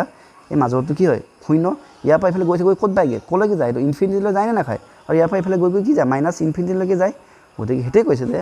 সংখ্যা ৰেখাটো শূন্যৰ পৰা দুইফালে অসীমলৈ বিস্তাৰিত হৈ গৈছে গতিকে এইটো হয় গতিকে আমি লিখিম এইটো সত্য ইয়াক আমি লিখিম সত্য উত্তৰটো হ'ব ইয়াৰ আৰু উত্তৰ হ'ব অসমীয়া ইংৰাজী লিখি লওঁ ন বা ইংৰাজী আনসাৰ ট্ৰু বা অসমীয়া লিখিলে উত্তৰ বুলি কৈ লিখিবা এনেকৈ উত্তৰ লিখি পিনি লিখিবা সত্য ঠিক আছে নেক্সট গৈছোঁ কৈছে 0 and negative integers from the collection of whole number 0 আৰু শূন্য আৰু নেগেটিভ আছে -1 -2 -3 -4 এনেকৈ এই গোটেই সংখ্যাবোৰ বোলে পূৰ্ণ সংখ্যা বুলি কৈছে এইটো হয় জানো পূৰ্ণ সংখ্যাটো কেতিয়াও নেগেটিভ নহয় এইটো গোটেই নেগেটিভ সংখ্যা হৈ গ'ল দেখোন যে এইটো কি হ'ব মিছা হ'ব বা অসত্য হ'ব এই নেগেটিভ নাম্বাৰবোৰ মানে ঋণাত্মক সংখ্যাবোৰ কেতিয়াও পূৰ্ণ সংখ্যা নহয় পূৰ্ণ সংখ্যাবোৰ সদায় পজিটিভে হয় ধনাত্মকে হয় গতিকে ইয়াত কৈছে কি শূন্য আৰু লগত এই মাইনাছ সংখ্যাবোৰ লগত মিলাই পিনি ল'লে বোলে গোটেইগাল বোলে পূৰ্ণ সংখ্যা হয় বুলি কৈছে হ'ব জানো নহয় গতিকে ইয়াৰ আনসাৰটো কি হ'ব অসত্য হ'ব আমি ইয়াক লিখিম আনসাৰ গৈ লিখিম আমি এইটো ফলছ ঠিক আছে তো ইয়াৰ আনসাৰ হ'ব অসমীয়াত হ'ব অসত্য লাষ্ট কুৱেশ্যন নম্বৰ 5 এইটো লাষ্ট প্ৰশ্ন Roman number 5 if a + b = 0 মানে কৈছে যদি a যোগ b মান যদি শূন্য যদি হয় a আৰু b যোগফল যদি শূন্য হয় then one of them is additive inverse of the others and vice versa মানে যদি a যোগ b যদি শূন্য হয় তেন্তে সিহঁতৰ আনটো যোগাত্মক বিপৰীত মানে কি চাবা দেই এইটো এটা 4 ধৰি লৈছোঁ 4 ৰ যোগাত্মক বিপৰীত কি হ'ব জানা 4 ৰ যোগাত্মক বিপৰীত হ'ব -4 যিকোনো সংখ্যাৰ যোগাত্মক বিপৰীত ক'লে তাৰ -2 যেনেবা এটা -3 যোগাত্মক বিপৰীত হ'ব 3 বা -10 ৰ যোগাত্মক বিপৰীত কি হ'ব 10 বা ঠিক তেনেকৈ 12 ৰ বিপৰীত যোগাত্মক বিপৰীতটো কি হ'ব -12 ঠিক আছে এতিয়া চোৱা প্ৰশ্নটো আমাৰ কি কৈছে যে যদি a যদি সংখ্যাটো যদি যদি 3 যদি হয় বা -3 যদি হয় তো b সংখ্যাটো কি হ'ব লাগিব তাৰ যোগাত্মক বিপৰীতটো কি হ'ব যাৰ যোগাত্মক বিপৰীতটো 3 গতিকে দুটা যদি যোগ কৰোঁ -3 যোগ 3 পৰা 3 গ'লে থাকিলে কিমান শূন্য থাকে তাৰমানে কথাটো হয়নে নহয় উক্তিটো হয় তাৰমানে এটো যদি 3 যদি হয় ইটো সংখ্যাটো তাৰ যোগাত্মক বিপৰীত হ'ব লাগিব যোগাত্মক বিপৰীত মানে কি এটা 3 যোগাত্মক বিপৰীত কি -3 হ'ব বা ঠিক তেনেকৈ যদি 4 যদি হয় তাৰ হিটো নাম্বাৰটো কি হ'ব -4 হ'ব লাগিব হয়নে নহয় সো 4 প্লাছ মাইনাছ = 0 হয়নে গতিকে এই উক্তিটো কি কৈছে আমাৰ সঁচা হ'ব গতিকে ইয়াৰ উত্তৰটো আমি লিখিম ইয়াৰ আনসাৰটো হ'ব ট্ৰু অসমীয়া লিখিবা সত্য ঠিক আছে এইখিনি আছিলে কোৱেশ্চন নম্বৰ 5 ৰ সমাধান এতিয়া আহিছো কোৱেশ্চন নম্বৰ 6 কোৱেশ্চন নম্বৰ 6 এ কি কৈছে যে write a pairs of integer 6 number প্ৰশ্ন এজোৰ অখণ্ড সংখ্যা লিখা যাৰ কোৱেশ্চন ৰোমান নম্বৰ 1 হুজ সাম ইজ -3 যাৰ যোগফলটো -3 হ'ব লাগে তাৰমানে এনেকুৱা তোমালোকে দুটা অখণ্ড সংখ্যা লিখা যি দুটাক যোগ কৰিলে উত্তৰ কিমান হ'ব আমাৰ -3 হ'ব তাৰমানে এনেকুৱা দুটা সংখ্যা অখণ্ড সংখ্যা লিখিব লাগে যি দুটাক যোগ কৰিলে এইটো ইয়াত এটা অখণ্ড সংখ্যা লিখিবা ইয়াত এটা অখণ্ড সংখ্যা লিখিব লাগে যি দুটাক যোগ কৰিলে উত্তৰটো কিমান হ'ব লাগিব আমাৰ -3 হ'ব লাগিব এতিয়া চোৱা -3 হ'বৰ কাৰণে আমি কি কৰিব লাগিব চোৱাচোন মই যদি ইয়াত যদি 1 দিছোঁ ইয়াত কি দিছোঁ 1 ঠিক আছে এটা জেগাত 1 দিছোঁ আনটো জেগাত কিমান দিব লাগিব কোৱাচোন -3 পাবৰ কাৰণে -3 পাবৰ কাৰণে মই কিমান দিব লাগিব মই দিব লাগিব ইয়াতে -4 দিব লাগিব এইটো চোৱা -4ৰ পৰা যদি 1 যদি যোগ কৰা হয় তোমালোকে হয়তো ক্লাছ 6ত পাইছা বা যদি নাই পোৱা যদি জানি লোৱা যে যেতিয়া দুটা সংখ্যা যোগ বিয়োগ কৰা হয় তেতিয়া দুটা সংখ্যা যিটো নেকি এটা বোলে ধনাত্মক এটা ঋণাত্মক এটা ধনাত্মক এতিয়া এই 4টো কি সংখ্যা 4টো হৈছে ঋণাত্মক নেগেটিভ নাম্বাৰছ আৰু 1টো হৈছে পজিটিভ নাম্বাৰছ এই দুটা যেতিয়া আমি যোগ কৰিম বা বিয়োগ কৰিম এনে ক্ষেত্ৰত আমি চাম সদায় এই কোনটো সংখ্যা ডাঙৰ ইয়াতে কোনটো সংখ্যা ডাঙৰ ইয়াতে 4 সংখ্যা ডাঙৰ 4ৰ আগত কি আছে মাইনাছ আছে এতিয়া কি আমাৰ যিটো উত্তৰটো হ'ব উত্তৰটো সদায় কি হ'ব মাইনাছ হ'ব ডাঙৰ সংখ্যাৰ আগত যিটো চিন থাকে এইটো আমাৰ উত্তৰত এই চিনে বহে আৰু 4 পৰা আমি 1 বিয়োগ কৰিম 4 পৰা 1 বিয়োগ কৰিলে কি হয় -3 হ'ব মানে 4 পৰা 1 বিয়োগ কৰিলে 3 হয় গতিকে আমাৰ আনচাৰ হ'ব -3 কথাটো বুজি পাইছা নিশ্চয় আৰু এটা উদাহৰণ লওঁ তোমালোকক এইটো চোৱা -5 + 2 ইয়াৰ মান কিমান যদি উলিয়াব যদি দিয়ে নাই এতিয়া চোৱা -5 + 2 এইটো দুটা যেতিয়া আমি কৰিম এতিয়া চোৱা আমি ডাঙৰ সংখ্যাটো কি চাম ইয়াৰ ডাঙৰটো কি 5 হয় 5ৰ আগত কি চিন আছে মাইনাছ আছে গতিকে আমাৰ উত্তৰটো কি হ'ব মাইনাছ হ'ব তাৰপৰা আমি কি কৰিব লাগে যে ডাঙৰ সংখ্যাটো বা সৰুটো বিয়োগ কৰিব লাগে তো 5 - 2 কৰিলে কি হয় আনচাৰ 5 - আনচাৰ কৰিলে হয় 3 এটাকে ইয়াৰ আনচাৰ কি হ'ব -3 হ'ব এতিয়া চোৱা আমাক আনচাৰটো কি উলিয়াব কৈছে যে দুটা সংখ্যা দুটা মানে ইণ্টিজাৰ্ছ দুটা অখণ্ড সংখ্যা যি দুটাক যোগ কৰিলে কি হ'ব -3 হ'ব মই এটা অখণ্ড সংখ্যা ল'লোঁ -4 ল'লোঁ এটা কি ল'লোঁ 1 ল'লোঁ এইটো চোৱা -4 আৰু 1ক কি কৰিলোঁ যোগ কৰিলোঁ -4 + 1 এতিয়া চোৱা 4ৰ আগত আমি চাম সংখ্যা দুটাৰ ভিতৰত ডাঙৰটো কোনটো ডাঙৰটো 4 মানে আমি 4 সংখ্যাটো ডাঙৰ হয় নাই 4ৰ আগত কি আছে মাইনাছ আছে গতিকে আমাৰ উত্তৰটো হ'ব মাইনাছ হ'ব আৰু 4ৰ পৰা 1 বিয়োগ কৰিব লাগে ডাঙৰটো পৰা সৰু বিয়োগ কৰিব লাগে নেক্সটত ডাঙৰৰ পৰা সৰুটো বিয়োগ কৰিলে কি হ'ব 3 হ'ব গতিকে আমাৰ উত্তৰ হ'ব -3 এতেকে আমি কি লিখিম যে আমাক সুধিছে কি এনেকুৱা দুটা অখণ্ড সংখ্যা আমি এনেকুৱা দুটা ইণ্টিজাৰ্ছ লিখা যাৰ যোগফলটো -3 হয় এতেকে আমি লিখিম দ্য টু ইণ্টিজাৰ্ছ বা টু জেগাত পেয়াৰ লিখি দিয়া প্ৰশ্নত পেয়াৰ বুলি আছে গতিকে তুমি লিখা pair the pairs of integers whose sum is -3 are কি -4 and 1 এনেকৈ লিখিব লাগিব অসমীয়া যদি লিখা তুমি লিখিবা যে দুটা অখণ্ড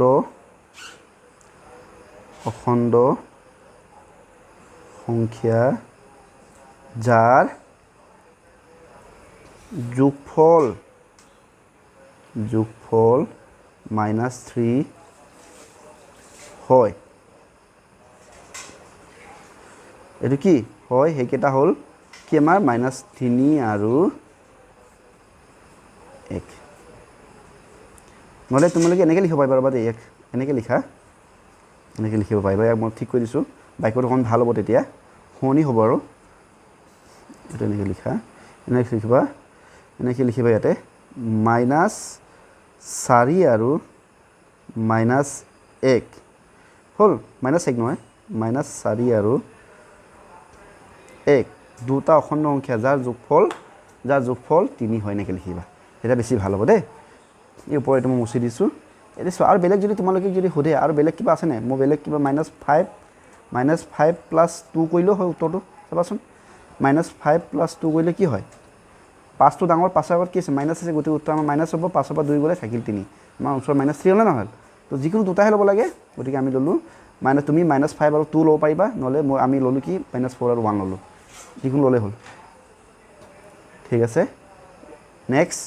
হুজ ডিফাৰেঞ্চ ইজ -5 2 নম্বৰ প্ৰশ্ন কি কৈছে যাৰ বিয়োগফলটো কি হ'ব কৈছে -5 মানে এনেকুৱা দুটা অখণ্ড সংখ্যা তোমালোকে বিয়োগ কৰিবা যাৰ উত্তৰ কি হ'ব লাগিব -5 হ'ব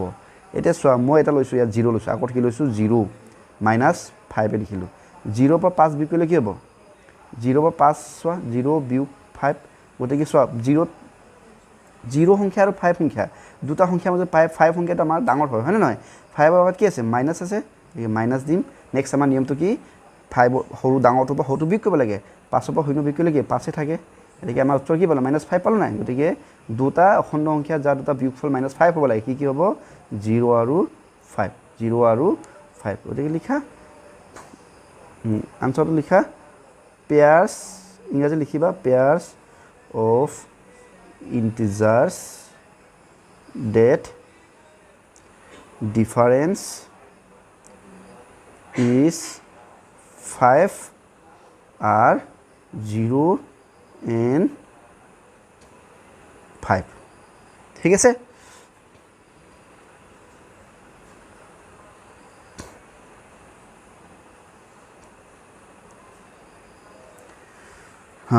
এতিয়া অসমীয়া লিখোঁ 0 আৰু 5 দুটা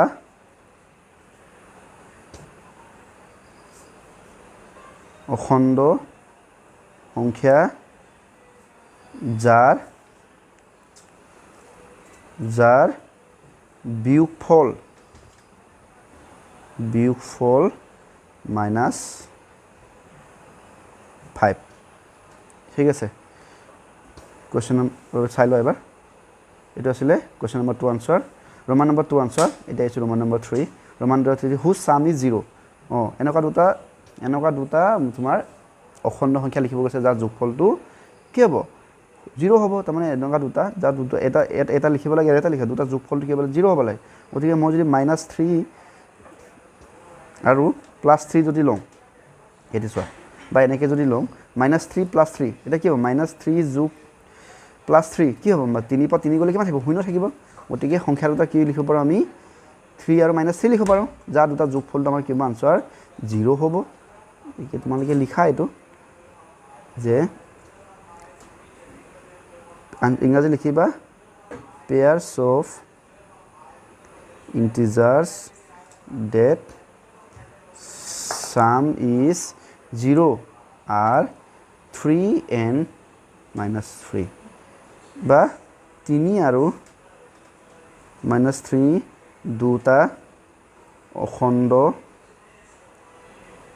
অখণ্ড সংখ্যা যাৰ যোগফল 0 নেক্সট ৰোমান নম্বৰ 4 হুজ ডিফাৰেন্স ইজ 2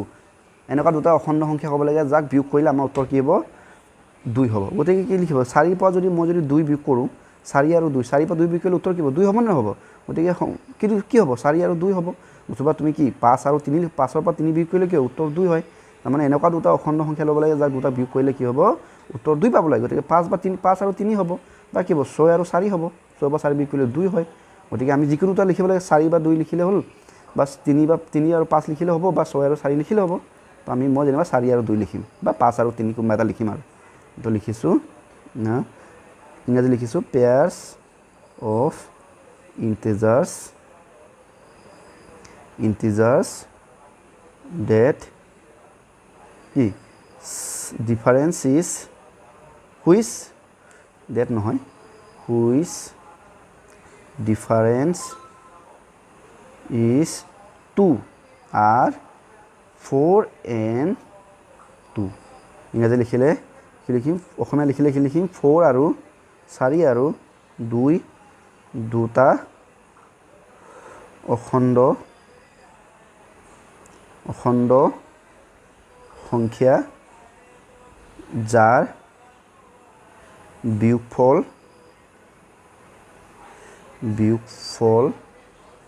2 হৈ গ'ল এনেকৈ লিখিলে হ'ব চাই লোৱা এতিয়া গৈছোঁ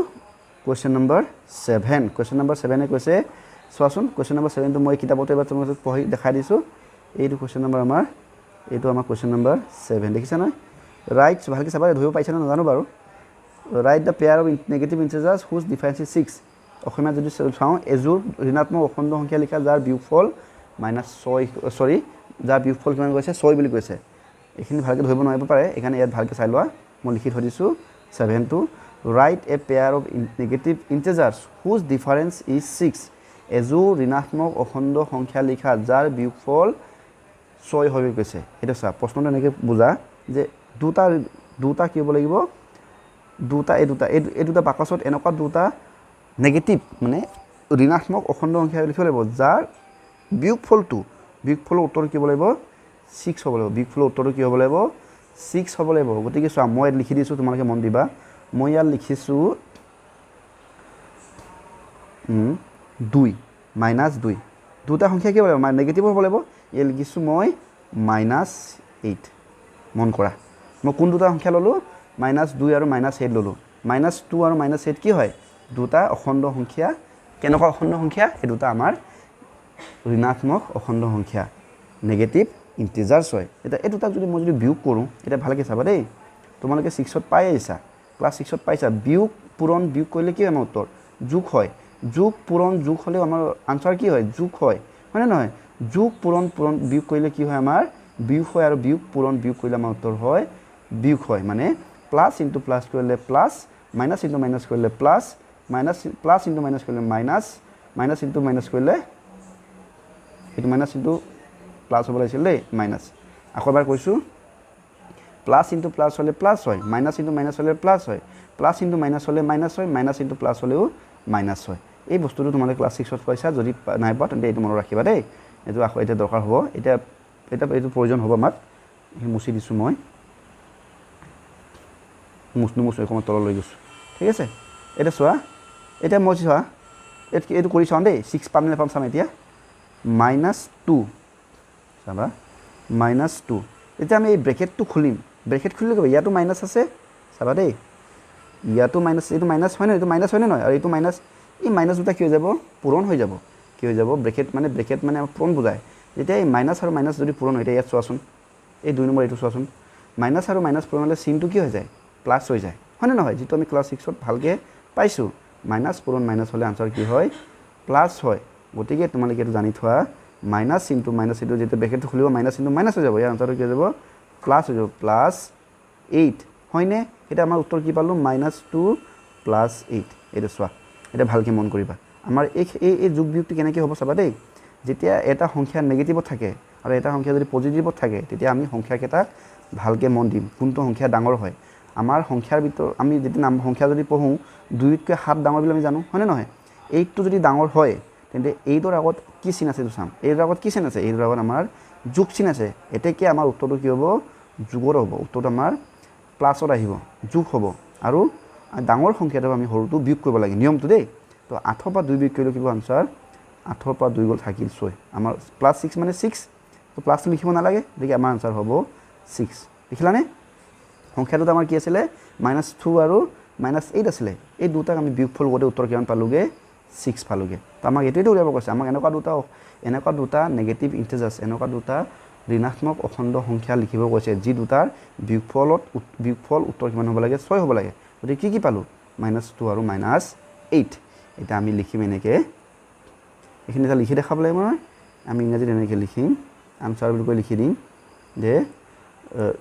2 negative integers whose difference মানে মাইনাছ দেই সেইটো মন কৰিবা ডিফাৰেঞ্চ আৰু 8 মানে প্লাছ সাবট্ৰেক্ট মানে মাইনাছ আৰু ডিফাৰেঞ্চ বুলি ক'লেও মাইনাছ বুজায় ডিফাৰেঞ্চ এটা অসমীয়াটো লিখা আছে বিয়োগফল বুলি লিখা আছে নহয়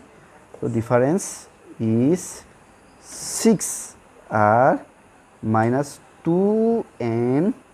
-8 অসমীয়া লিখিম -2 আৰু -8 দুটা অখণ্ড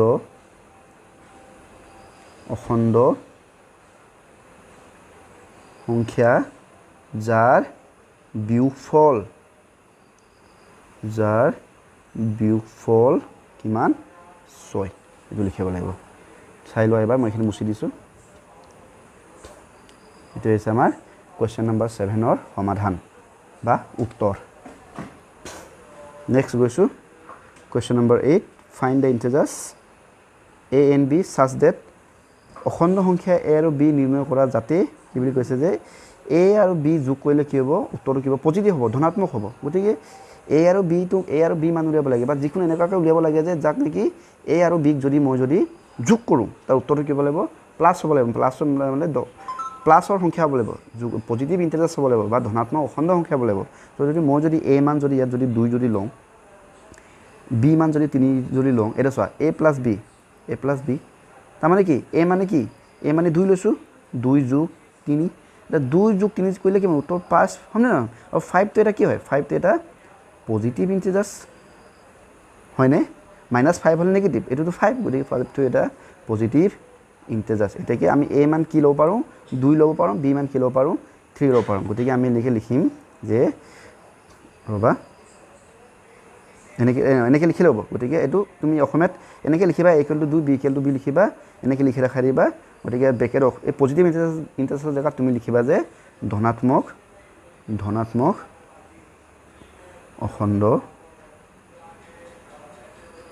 অখণ্ড সংখ্যা এনেকৈ লিখিলে হ'ব ঠিক আছে গোটেইখিনি একেই হ'ব এই পজিটিভ ইণ্টিজাৰ্ছৰ জেগাত তোমালোকে অসমীয়া মিডিয়ামৰখিনি লিখিবা যে ধনাত্মক অখণ্ড সংখ্যা বুলি লিখিবা তো আমি এ মান কিমান ল'লোঁ 2 ল'লোঁ বি মান কিমান ল'লোঁ 3 ল'লোঁ সেইটোৱে আছিলে নেক্সট আৰু কি ল'ব কৈছে এ not equal to B A মানটো এনেকুৱাকৈ ল'ব কৈছে যে এ মানটো এনেকুৱাকৈ ল'ব কৈছে য'ত বি মানটো একে নহয় গতিকে মই যদি এ যদি 2 লওঁ বি মই 3 লৈছোঁ এতিয়া চোৱা এ ইকুৱেল টু বি ধৰি লৈছোঁ এ মানটো কি 2 বি মানটো কি 3 লৈছোঁ চোৱা 2 আৰু 3 সমান হয় জানো কেতিয়াও সমান নহয় গতিকে দুটা নট ইকুৱেল এতেকে a is not equal to b গতিকে আমি এৰ মান কি লৈছোঁ 2 লৈছোঁ বি মান কি লৈছোঁ 3 লৈছোঁ মানে আমি মানটো নিজে বহাব লাগে মানে এনেকুৱাকৈ বহাব লাগে যে য'ত a is not equal to b হ'ব লাগে গতিকে প্ৰথমতে আমি ধৰি ল'লোঁ লেট এনেকৈ লিখিব ধৰি ল'লোঁ এ ইজ ইকুৱেল টু বি গতিকে এ মানটো বহালোঁ বি মানটো বহালোঁ এইটো লিখিব নালাগে চোৱা এইটো লিখিব ডাইৰেক্ট এনেকৈ লিখি ল'লোঁ 2 is not equal to B এনেকৈ লিখিবা নহয় 2 ইজ নট ইকুৱেল টু 3 এতেকে a is not equal to B এনেকৈ লিখিলে হ'ল এ মান 2 বি মান 3 এইবোৰ একদম সহজ টান নহয় নেক্সট এ পৰা বি এ আৰু বি মান এনেকুৱা ল'বা যে এ পৰা বি কৰিলে কি হ'ব উত্তৰ 0 হ'ব লাগে গতিকে মই এ মান লৈছোঁ 3 লৈছোঁ বি মান লৈছোঁ মই 3 ছেম হ'লে নহ'ব নহয় মন দিবা দেই এ মান লৈছোঁ মই -3 লৈছোঁ আৰু বি মান লৈছোঁ মই 3 লৈছোঁ হয়তো হ'বগৈ নাই ৰ'বা দেই চাওঁ দেই অকণমান মিলিব লাগিব নহয় অকণমান এইটো চোৱা এইটো দুটাই সমানে ল'ব লাগিব মই এ মান লৈছোঁ 3 আৰু বি মান লৈছোঁ 3 এতিয়া চোৱা বহাই চোৱাচোন 3 বিয়োগ 3 ইজিকেলি কি হয় 0 হয় তাৰমানে কি হ'ল এ মাইনাছ বি ইজিকেলি কি পালোঁ 0 পালোঁ এতিয়াকে আমি কি ল'ব লাগিব যে এ মানো 3 লৈছোঁ বি মানো 3 লৈছোঁ ল'ব লাগিব বা এ মান যদি মই যদি 4 যদি লওঁ চোৱা 4 যদি লওঁ তেতিয়া বি মানো কি হ'ব লাগিব 4 হ'ব লাগিব তেতিয়াহে 4 বিয়োগ কি হ'ব 4 বিয়োগ 4 ইজিকেল টু 0 হ'ব গতিকে এ মাইনাছ এ ইজিকেল টু 0 পালোঁ নাই তো এনেকৈ লিখিব লাগিব তো এইটো হৈছে কুৱেশ্যন নম্বৰ 3 ৰ answer next question number 9 fill in the blanks বাকচৰ ভিতৰত খালী ঠাই পূৰ কৰা ইয়াতে কিছুমান প্ৰশ্ন দিছে ইয়াতে বাকচ দিছে বাকচত কি কৰিব এইটো আমি সমাধান কৰিব গৈছে দেই এতিয়া চোৱা এইটো চোৱা -15 যোগ -4 ইয়াতে কি আছে -4 আছে যোগ কি আকৌ কি হ'ব লাগিব মানে এইটো -15 মানে এইটো এ প্লাছ বি হৈ আছে ইয়াত বি আছে এইটো বি প্লাছ কি হ'ব লাগিব এ হ'ব লাগিব হয়নে নহয় গতিকে আমি ইয়াত কি লিখিব পাৰোঁ যে -15 যোগ -4 যোগ ইয়াত কি লিখিব -15 হ'বগৈ চাইছোঁ ৰ'বা হৈছে নাই ঠিকে আছেনে নেক্সট আমি যাম ইয়াৰ আনচাৰ -15 পালোঁ ঠিকে আছে ইয়াৰ নেক্সট প্ৰশ্নটো গৈছোঁ কি কৈছে চাব দেই ইয়াতে কি কৈছে বাকচ এই বাকচ খালী ঠাই দিছে যোগ 7 -7 + 8 হয়নে আকৌ এইফালে দিছে যে 5 + -7 + 8 এতিয়া চোৱা ইয়াতে 7 আছে 8 আছে এইটো 7 আছে 8 আছে ইয়াত 5 আছে ইয়াতো কি হ'ব 5 হ'ব গতিকে ইয়াৰ এই বাকচটোৰ আমাৰ আনচাৰটো কি হ'ব 5 হ'ব এই তিনিটা সংখ্যা আছে চোৱা ইয়াতে 7 আৰু -7 আছে 8 আছে এইটো -7 আছে 8 আছে ইয়াতে 5 আছে গতিকে ইয়াতো কি হ'ব 5 হ'ব গতিকে ইয়াৰ আনচাৰটো হ'ব 5 নেক্সট চোৱা 23 ৰ লগত কি যোগ কৰিলে -23 হ'ব আৰু -23 ৰ এইফালে যোগ কৰিলে কি এইফালে যোগ কৰিব লাগিব গতিকে -23 ৰ লগত 23 পাবৰ কাৰণে কি যোগ কৰিব লাগিব শূন্য যোগ কৰিব লাগিব শূন্যৰ লগত যোগ কৰিলেহে -23 হ'ব ঠিক তেনেকৈ ইয়াতো কি হ'ব -23 যোগ শূন্য হ'ব চাই লোৱা এবাৰ নেক্সট এটা চাবা 19 ৰ লগত কি যোগ কৰিলে -17 হ'ব এটা 19 ৰ লগত কি যোগ কৰিলে -17 হ'ব কাৰণে আমি চোৱা মই ইয়াত যদি লিখোঁ -19 প্লাছ মাইনাছ মই দিছোঁ 9 -19 নে 18 -8 দিছোঁ -8 হয়নে নহয় চাম দেই এতিয়া চোৱা -19 এতিয়া ব্ৰেকেটটো খুলি ল'ব প্লাছ ইনটু মাইনাছ হৈ যাব প্লাছ ইনটু মাইনাছ হ'লে আনচাৰ কি হয় মাইনাছ হয় এই দুটা মাইনাছ কৰিলে প্লাছ ইনটু মাইনাছ হ'লে -8 চোৱা আকৌ আমি আগতে পাইছোঁ -19 আৰু -8 হ'লে আনচাৰ কিমান হ'ব যেতিয়া দুটা সংখ্যাই যদি নেগেটিভ যদি হয় -19টো নেগেটিভ -8টো নেগেটিভ ইণ্টিজাৰ্ছ এই দুটা নেগেটিভ ৰ'বা ক'ত গ'ল দুটা নেগেটিভ ইণ্টিজাৰ্ছ যেতিয়া বিয়োগ হয় দুটাৰ মাজত যেতিয়া বিয়োগ হয় তেতিয়া কি হয় এই দুটা সংখ্যা আমি কি কৰিম যোগ কৰি দিম যোগ কৰি দিম 19 + 8 হ'লে কি হ'ব 27 আৰু যিহেতু দুটা সংখ্যাই নেগেটিভ আছিলে গতিকে আমাৰ উত্তৰটো কি হ'ব মাইনাছ হ'ব এইফালে কি হ'ব -27 ইয়াৰ উদাহৰণটো আকৌ এবাৰ দিছোঁ -3 আৰু -4 চাবা দেই -3 আৰু -4 মান যদি উলিয়াব কয় তেতিয়া যিহেতু সংখ্যা দুটাই মই নেগেটিভ হয়নে নহয় দুটা সংখ্যা নেগেটিভ ইণ্টিজাৰ্ছ গতিকে সংখ্যা দুটা আমি কি হৈ যাব সেই ক্ষেত্ৰতে যোগ হৈ যাব 3 যোগ 4 কিমান 7 হ'ব আৰু যিহেতু সংখ্যা দুটা নেগেটিভ আছিলে উত্তৰটো কি হ'ব নেগেটিভ -7 হ'ব আকৌ দিছোঁ -2 আৰু -3 তো ইয়াৰ আনচাৰ কিমান হ'ব 2 3 5 দুইটা মাইনাছ আছিলে গতিকে উত্তৰ -5 হ'ব প্লাছ 9 -6 এইটো চোৱা ইয়াকো চোৱা 9 -6 মাইনাছ গতিকে ইয়াৰ মানটো কি হ'ব দুটা সংখ্যা দুটা যোগ হৈ যাব 6 9 15 দুটা সংখ্যা যিহেতু মাইনাছ আছিলে গতিকে আনচাৰটো -3 হ'ব তো এইটো নিয়ম তোমালোকে যিটো নেকি ক্লাছ 6ত পাইছা যদি নাই পোৱা এইখিনি এটা আকৌ চাই লোৱা তো এই চোৱা মই কিমান ল'লোঁ এইফালে -8 ল'লোঁ তো এই বক্সৰ উত্তৰটো কি হ'ব -8 হ'ব ঠিক আছে এইখিনি মুচি দিছোঁ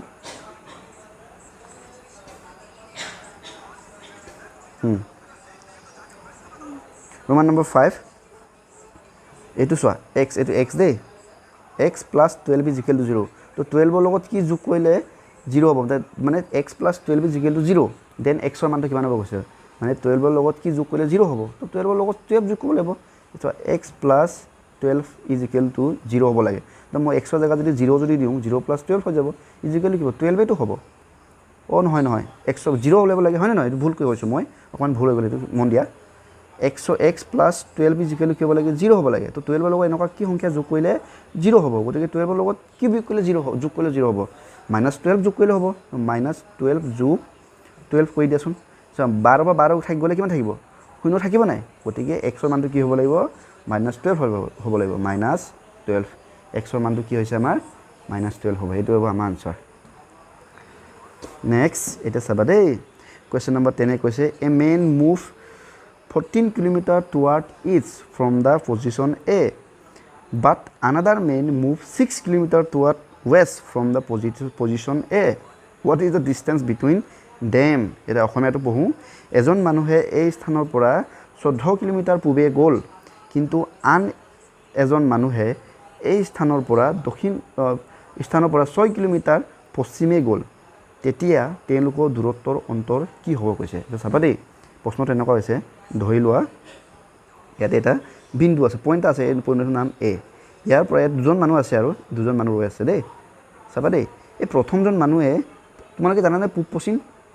জানা নাই এই চোৱা ইয়াক কৈ পূব আমাৰ ডাইৰেকশ্যন হয়নে আমাৰ দিশ চাৰিটা আছে এটা হৈছে পূব ইয়াক কৈ পশ্চিম ইয়াক কৈ উত্তৰ আৰু এইফালে কৈ দক্ষিণ ঠিক আছে এই চোৱা এই বিন্দুৰ পৰা এজন মানুহে কি কৈছে পূবলৈ গ'ল ক'লৈ গৈছে পূবলৈ গৈছে তো পূবটো এইফালে পূবলৈ কিমান দূৰ গ'ল পূবলৈ গ'ল কিমান দূৰ গৈছে কৈছে এই স্থানৰ পৰা কিমান দূৰ গ'ল চাওঁচোন আকৌ প্ৰশ্নটো পঢ়োঁ পূবলৈ গ'ল 14 কিলোমিটাৰ গ'ল কিমান গ'ল 14 কিলোমিটাৰ তো ইয়াৰ পৰা ইয়ালৈ গ'ল তেওঁ কিমান কিলোমিটাৰ গ'ল 14 কিলোমিটাৰ এই মানুহজনে গ'ল যেনিবা এজন মানুহ খোজকাঢ়ি গ'ল এজনে গ'ল আকৌ এইজন মানুহে কি গ'লে ক'লৈ গৈছে পশ্চিমলৈ পশ্চিমলৈ এইফালে যাব হয়নে নহয় এইফালে তেওঁ কিমান দূৰ গ'ল কৈছে ৰ'বা বহুত মুচ খালে ইয়াৰ পৰা তেওঁ কিমান দূৰ গৈছে 6 কিলোমিটাৰ গ'ল কিমান কিলোমিটাৰ গ'ল 6 কিলোমিটাৰ গৈছে দেই তো এই স্থানৰ পৰা গতিকে এৰ পৰা ইয়ালৈকে কিমান দূৰ আছে 6 কিলোমিটাৰ আৰু এৰ পৰা এইফালে যোৱা মানটো এই যোৱা মানটো কিমান আছে 14 কিলোমিটাৰ এতিয়া মুঠ কিমান হ'ব 6 কিলোমিটাৰ যোগ 14 হৈ যাব গতিকে মুঠ দূৰত্ব কিমান হৈ যাব 6 যোগ 14 হৈ যাব এতেকে 6 যোগ 14 হ'লে কিমান হ'ব 20 হ'ব গতিকে টোটাল দূৰত্ব দুটা মাজ এই দুইজন মানুহৰ মাজৰ দূৰত্ব কিমান হ'ব 20 কিলোমিটাৰ হ'ব ইয়াকে আমি ধুনীয়াকৈ এটা সজাই লিখিম তো এনেকৈ লিখিবা আনসাৰ a man এনেকৈ লিখিবা a man cover distance to পূব তোমাৰ ইংৰাজী কি আছিলে টুৱাৰ্ড ইষ্ট ইকুৱেল কিমান এজন এই মানুহ এজনে মানে পূব পালে কিমান দূৰত্বলৈ গৈছে 14 কিলোমিটাৰ গ'ল বুলি কৈছে হ'ল নাই আকৌ আনাদাৰ মেন অন্য মানুহজন another man cover distance to কিমান ইষ্ট পালে গৈছে ইষ্ট ৱেষ্টলৈ গৈছে ৱেষ্টলৈ কিমান দূৰ গৈছে 6 কিলোমিটাৰ তো এনেকৈ দি পিনে লিখিবা এনেকৈ therefore distance between both distance between two men এনেকৈ লিখা দুজন মানুহ two men আর দুইজনৰ মাজত দূৰত্ব কি হ'ব দুটাক যোগ কৰিব লাগিব 14 যোগ 6 মানে 6 হলে কিমান হ'ব 20 কিলোমিটাৰ তো এইটো হৈছে আমাৰ সমাধান ইয়াক আমি অসমীয়া লিখিলে কেনেকৈ লিখিম এনেকৈ অসমীয়াত ক'ত লিখোঁ জেগা আছে ন তলতে এজন মানুহে পূবলৈ যোৱা দূৰত্ব কিমান গৈছে তেওঁ 14 কিলোমিটাৰ গ'ল 14 কিলোমিটাৰ হয়নে তো আনজন মানুহে ক'লৈ গ'ল সিজন মানুহে ক'লৈ পশ্চিমলৈ গ'ল আনজন মানুহে পশ্চিমলৈ যোৱা দূৰত্ব কিমান 6 কিলোমিটাৰ এই গতিকে দুইজন মানুহ দুজনৰ এনেকৈ লিখা মানুহ দুজনৰ দূৰত্ব কিমান হৈ যাব দুটাক যোগ কৰি দিয়া 20 কিলোমিটাৰ এনেকৈ তোমালোকে অসমীয়া মেডামৰখিনি এনেকৈ লিখি ল'বা ইংৰাজীখিনি এনেকৈ ওপৰতো লিখি ল'বা অসমীয়া দৰকাৰ হ'লে তলত এনেকৈ লিখি ল'বা হৈছে কুৱেশ্যন নম্বৰ 11 কুৱেশ্যন নম্বৰ 11 এবাৰ কিতাপৰ পৰা চাওঁ নেকি কিতাপৰ পৰা চাব পাৰা এতিয়া চোৱা অকণ যদি ক্লিয়াৰ হৈছে আৰু চাই যাবা দেই a man has deposited ₹35 and another man has ডেপ্ট অফ ₹40 হাউ মাছ ৰ'বা তলত আকৌ মুচ খালে লাগিব নহয় how much rich is first man compare to the second man এইটো যদি অসমীয়া যদি পঢ়োঁ এজন মানুহে নহয় 11 নম্বৰ আছিলে ন এজন মানুহৰ হাতত 35 টকা জমা আছে কিন্তু আন এজনৰ হাতত 40 টকা ধাৰ আছে প্ৰথমজন মানুহে দ্বিতীয়জন মানুহতকৈ কিমান টকা চহকী কিমান চহকী প্ৰশ্নটো বুজি পালানে আকৌ পঢ়ি দিওঁ ইয়াতে পঢ়ি দিওঁ এ man has ডিপজিটেড rupees 35 and another man has debt of ₹40 how much rich is first man compared to the second man এজন মানুহৰ হাতত 50 টকা জমা আছে আৰু আন এজনৰ 40 টকা ধাৰ আছে প্ৰথমজন মানুহ দ্বিতীয়জন মানুহতকৈ কিমান চহকী প্ৰশ্নটো নিশ্চয় বুজিবলৈ চেষ্টা কৰা যে এজন মানুহৰ ওচৰত পইচা কেটকা আছে যেনে এজন মানুহ নামটো এই মানুহৰ ওচৰত বোলে 25 টকা আছে বি মানুহৰ ওচৰত বোলে কৈছে তেওঁৰ ওচৰত পইচা নাই আনকি পইচা নাই তেওঁ কিন্তু ধাৰ লাগি আছে কিমান টকা ধাৰ হৈ আছে তেওঁৰ 40 টকা ধাৰ হৈ আছে এতেকে চোৱা এতেকে তোমাক এটা ক'ব লাগে এই প্ৰথম মানুহ যিজন এই মানুহজনৰ এই মানুহজনে এই বি মানুহজনকৈ কিমান ধনী বুলি কৈছে তো কিমান ধনী হ'ব এনেইতো এতিয়া ধনী কিমান 35 টকাটো ধনী হয়েই হয়নে নহয় আৰু ওপৰিঞ্চি আকৌ বি মানুহজনৰ অলৰেডি ধাৰ খাই আছে বিজন মানুহজনৰ ধাৰ খাই আছে তো এনে ক্ষেত্ৰত আমি ইয়াক উত্তৰ উলিয়াব কাৰণে কি কৰিব লাগিব 35 বিয়োগ কি হ'ব লাগিব -40 হৈ যাব এতেকে চোৱা তেওঁৰ ওচৰত আছে কেইটকা 35 টকা আছে আকৌ সিজন মানুহে ধাৰ খাই আছে কিমান 40 টকা ধাৰ খাই টকাৰ কাৰণে এইটোখিনি আমি লিখিছোঁ আমি -40 কাৰণ 40 টকা তেওঁ বিয়োগত আছে মাইনাছত আছে কিয় মাইনাছ আছে কাৰণ তেওঁ ধাৰ খাই আছে গতিকে 35 -40 হ'ব এটা 35 মাইনাছে কি হয় মাইনাছে আমাৰ প্লাছ হয় 40 ইজিকেল দুটা যোগ কৰিলে কিমান হ'ব 35 যোগ 40 কৰিলে আমাৰ উত্তৰ হ'ব 75 টকা এতেকে এই প্ৰথমজন মানুহে দ্বিতীয়জন মানুহতকৈ কিমান টকা ধনী 75 টকা ধনী কথাটো বুজি পাইছা তো ইয়াক এনেকৈ তোমালোকে বুজিব পাৰিবা ইয়াক ভালকৈ মন কৰা যেনিবা মানুহ এ ওচৰত এ ধৰি লোৱা বি ওচৰত কেইটকা আছে বি ওচৰত এটকাও নাই 0 টকা আছে এতেকে মই যদি এতিয়া তোমাক যদি সুধো এই মানুহজন বিতকৈ কিমান ধনী বুলি ক'লে কিমান হ'ব 35 টকা ধনী 35 টকা বেছি ধনী হয়নে নহয় কিন্তু বিৰ আকৌ 0 টকা নাই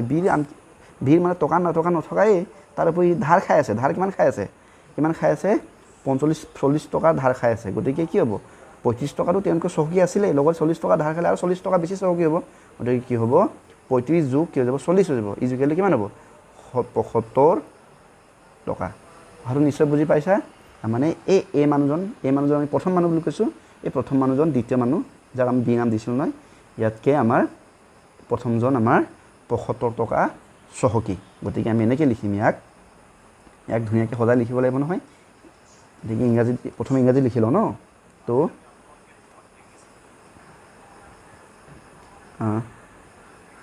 এনেকৈ লিখিবা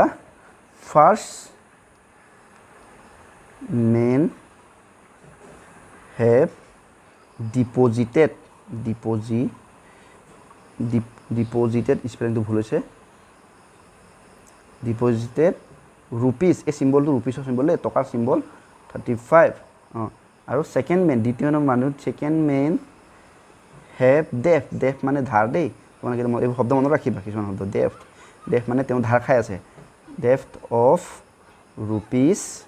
কিমান হ'ব 40 এতেকে আমি Liam therefore the first man is rich compare to second বা compare to second man ইজিকেলি কি হ'ব দুটাৰ আমি কি কৰিব যোগ কৰিব লাগিব তো 35 যোগ 40 হ'লে কিমান হ'ব উত্তৰ হ'ব 75 rupees এইটো rupeesটো চিম্বলটো তোমালোকে ইয়াতে দিব পাৰে rupees 75 নিশ্চয় বুজি পাইছা এতিয়া আমি অসমীয়া লিখিম প্ৰথম মানুহজনৰ এনেকৈ লিখিবা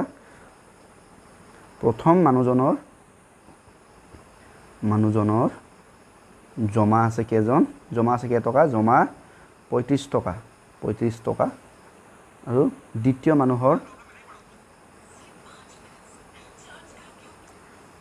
মানুহজনৰ ধাৰ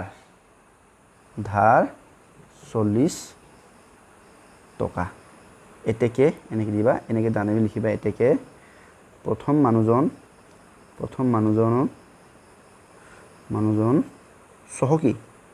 চহকী মানে ধনী দেই চহকী পৰিমাণটো কিমান হ'ব দুটা যোগ কৰি দিয়া কিমান হ'ব 75 টকা চহকীৰ পৰিমাণ লিখিব পাৰা চহকীৰ পৰিমাণ লিখিব পাৰা হ'ব এনেকৈ লিখিলে হ'ব তোমালোকে যি 2 মাৰ্ক মানে এইবোৰ আহিব 2 মাৰ্কৰ মানে প্ৰশ্ন আহে তেতিয়া এনেকৈ তোমালোকে সমাধানটো লিখিলে হৈ যাব নেক্সট আহিছোঁ কুৱেশ্যন নম্বৰ 12 অন এইটো পঢ়িবা দেই ভালকৈ পঢ়িবা মই প্ৰশ্নটো ইয়াতে পঢ়ি দিছোঁ অন চাৰ্টেন টিউজডে তাৰমানে এটা মঙলবাৰৰ দিন এটা বুলি কৈছে দেই টিউজডে মানে মঙলবাৰ টেম্পাৰেচাৰ অফ গুৱাহাটী আমাৰ গুৱাহাটী মহানগৰখন আছে যে তাত মানে উষ্ণতা মানে ৰ'দৰ তাপটো মানে পৰিমাণ কিমান আছিলে 5 বজাত ৰাতিপুৱা 5 বজাত কিমান আছিলে কৈছে morning it was 25 degree Celsius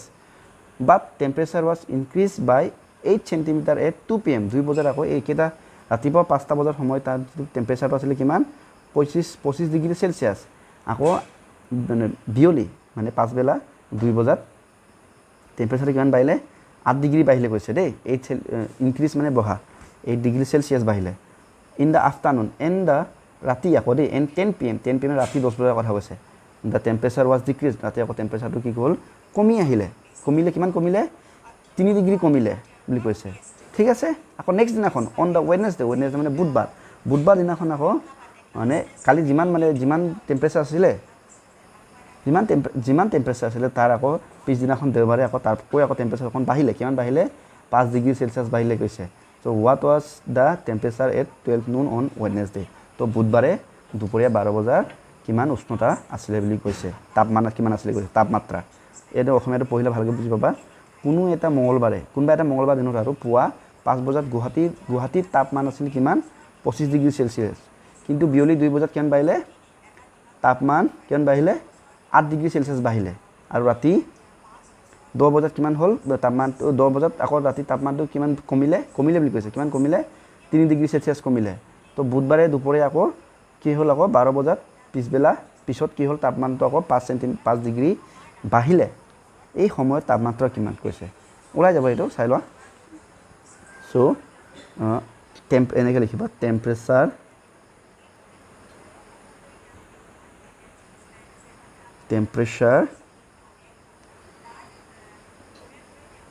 at Tuesday 5 PM মঙ্গলবাৰে ৰাতিপুৱা 5 বজাত তাপমাত্ৰা কিমান আছিলে 25 ডিগ্ৰী সেলসিয়াস হয়নে এটাকে টেম্পাৰেচাৰ এটা চাবা দেই আগত কি হৈছে এই মঙ্গলবাৰ দিনাখন দুপৰীয়া টেম্পাৰেচাৰটো বাঢ়িলে 2 বজাত টেম্পাৰেচাৰটো বাঢ়িলে মানে উষ্ণতাটো তাপমাত্ৰাটো বাঢ়িলে কিমান বাঢ়িলে 8 ডিগ্ৰী সেলসিয়াস বাঢ়িলে গতিকে এনেকৈ লিখিবা টেম্পাৰেচাৰ increase at 2 PM কিমান বাঢ়িলে কৈছে 8 ডিগ্ৰী সেলসিয়াস বাঢ়িলে ভালকে মন দিবা দেই মঙ্গলবাৰে ৰাতিপুৱা PM নে AM আছিল এইটো AM হ'ব লাগিব দেই PM নহয় ৰাতিপুৱা সময়টো AM হয় গধূলি সময়টো PM হয় ৰাতিপুৱা সময়ত মঙ্গলবাৰে ৰাতিপুৱা 5 বজাত মানে তাপমাত্ৰা কিমান আছিল 25 ডিগ্ৰী সেলসিয়াস আকৌ সেই মঙ্গলবাৰ দিনাই 2 বজাৰ দিনাখন তাপমাত্ৰা কিমান বাঢ়িলে 8 সেলসিয়াস বাঢ়িলে গতিকে মুঠ টোটাল টেম্পাৰেচাৰ কিমান হ'ল total temperature at Tuesday 2 PM ভালকে মন দিয়া মঙ্গলবাৰে ৰাতিপুৱা 5 বজাত তাপমাত্ৰা আছিল 25 ডিগ্ৰী সেলসিয়াস দুপৰীয়া 2 বজাত এটো বাঢ়িলে ইনক্ৰিজ লিখিছো না বাঢ়িলে কিমান 8 ডিগ্ৰী সেলসিয়াস বাঢ়িলে তো কিমান হ'ব গৈ total temperature at Tuesday 2 PM টো কিমান হৈ যাব দুটা যোগ কৰিব লাগিব যোগ কৰিলে কিমান 33 ডিগ্ৰী সেলসিয়াস হয়নে আকৌ চোৱা ৰাতি কি কৰিলে ৰাতি 10 বজাত কি হ'ল টেম্পাৰেচাৰটো মানে তাপমাত্ৰাটো অকমান কমি আহিলে তো আকৌ কৈছিল টেম্পাৰেচাৰ এটো লিখিব লাগিব না ৰাতি টেম্পাৰেচাৰ ডিক্ৰিজ এট টিউজডে মানে মঙ্গলবাৰ ৰাতি টিউজডে কিমান বজাত 10 বজাত 10 PM মই কিমান কমিলে কৈছে 3 ডিগ্ৰী সেলসিয়াস কমিলে এটা কিমান হ'ব টোটাল 3 ডিগ্ৰী কমাৰ পিছত কিমান টেম্পাৰেচাৰ থাকিব হেতু লিখিব লাগে টোটাল টেম্পাৰেচাৰ at Tuesday ৰবা এইটো গুছি গৈছিল ৰবা সো টিউজডে 10 PM কি হ'ব চোৱা হ'ব দেই 10 PM কথাটো বুজা মানে দুপৰীয়া 2 বজাত টেম্পাৰেচাৰটো মানে তাপমাত্ৰাটো কিমান হ'লগে কৈছে 33 ডিগ্ৰী সেলসিয়াস আকৌ ৰাতি 10 বজাত 3 ডিগ্ৰী সেলসিয়াস কমিলে গতিকে ৰাতি 10 বজাত মানে তাপমানটো কিমান হ'ব 30 ডিগ্ৰী সেলসিয়াস হ'ব হয়নে এটা পিছদিনাখন মঙ্গলবাৰৰ পিছদিনা কি বুধবাৰ হয় বুধবাৰে পিছদিনা মানে 12টা বজাত কি হৈ গৈছে 12টা বজাত কি বুলি কৈছে 5 ডিগ্ৰী সেলসিয়াস আকৌ বাঢ়িলে কৈছে গতিকে এনেকৈ লিখিব লাগিব টেম্পাৰেচাৰ ইনক্ৰিজ বাঢ়ি যোৱা মানে ইনক্ৰিজ কমি যোৱা মানে ডিক্ৰিজ ইনক্ৰিজ এট টিউজডে পিছত কি ওয়েডনেসডে আছিলে Wednesday 12 PM is equal to কিমান বাঢ়িলে কৈছে টেম্পাৰেচাৰটো ইনক্ৰিজ কিমান বাঢ়িলে 5 ডিগ্ৰী সেলসিয়াস বাঢ়িলে গতিকে 5 ডিগ্ৰী সেলসিয়াস বাঢ়িলে কি হ'ব 30 ৰ পৰা 5 বাঢ়িলে 35 হ'ব গতিকে হেতে লিখি ল'ব লাগে যে total temperature at Wednesday 12 PM is equal to কি হ'ব আমাৰ 30 যোগ এটো কি 35 যোগ কৰিব লাগিব তো এতে পাইলে যোগ চিম্বল হ'ব দিগে যোগ কৰিলে কি হ'ব 35 ডিগ্ৰী সেলসিয়াস হ'ব এটো আছিল আমাৰ মঙ্গলবাৰে দুপৰীয়া 2 বজাত আমাৰ 12 বজাত মানে হোৱা তাপমাত্ৰা এটা আমি অসমীয়াত যদি লিখো এনেকৈ লিখিম এনেকৈ লিখিবা তল লিখি দিছো দেই মঙ্গলবাৰে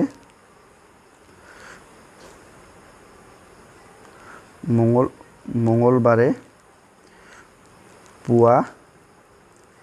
5 বজাৰ মঙ্গলবাৰ পুৱা এনেকৈ লিখিবা মঙ্গলবাৰ পুৱা 5 বজাৰ তাপমাত্ৰা মানে টেম্পাৰেচাৰ দেই তাপমাত্ৰা কিমান আছিলে আমাৰ 25 ডিগ্ৰী সেলসিয়াস মঙ্গলবাৰ দুপৰীয়া ন বা বিয়লি 2 বজাত তাপমাত্ৰা বৃদ্ধি হ'ল বাঢ়িলে হয় না বৃদ্ধি হ'ল কিমান বাঢ়িলে এটো 8 ডিগ্ৰী সেলসিয়াস বাঢ়িলে চাগে ন এবাৰ চাই লওঁ চেক কৰোঁগে 8 ডিগ্ৰী সেলসিয়াস বাঢ়িলে তো আকৌ লিখিব লাগিব মঙ্গলবাৰ বাঢ়িলে কিমান হ'ব টোটাল কিমান হ'ব মুঠ তাপমাত্ৰা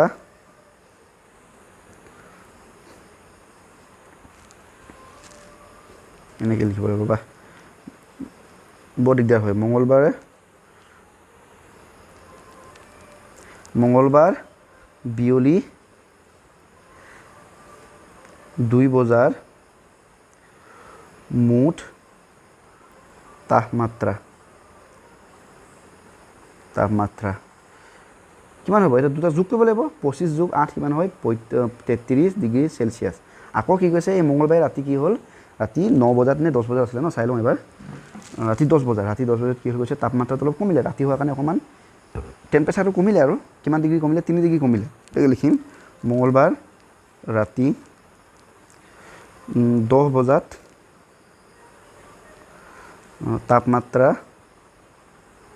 তাপমাত্ৰা কমিলে কিমান কমিলে কিমান 3 ডিগ্ৰী সেলসিয়াস কমিলে গতিকে 3 ডিগ্ৰী সেলসিয়াস কমি যোৱাৰ পিছত থাকিব কিমান আকৌ লিখিব লাগিব যে মঙ্গলবাৰ ৰাতি 10 বজাত ৰাতি 10 বজাৰ তাপমাত্ৰাটো কি হৈ যাব এটো মাইনাস হ'ব কৰিব লাগিব কাৰণ কমি গ'ল তাপমাত্ৰা কিমান 10 বজাৰ তাপমাত্ৰা হ'ব 30 ডিগ্ৰী সেলসিয়াস এটা নেক্সট পিছদিনাখনৰ কথা কৈছে পিছদিনাখন আকৌ বুধবাৰে কি কৈছে বুধবাৰে 12 বজাত তাপমাত্ৰাটো আমাৰ কিমান বাঢ়িলে কৈছে 5 ডিগ্ৰী সেলসিয়াস বাঢ়িলে কৈছে ন এটাকে তুমি লিখা বুধবাৰ দিনৰ 12 বজাত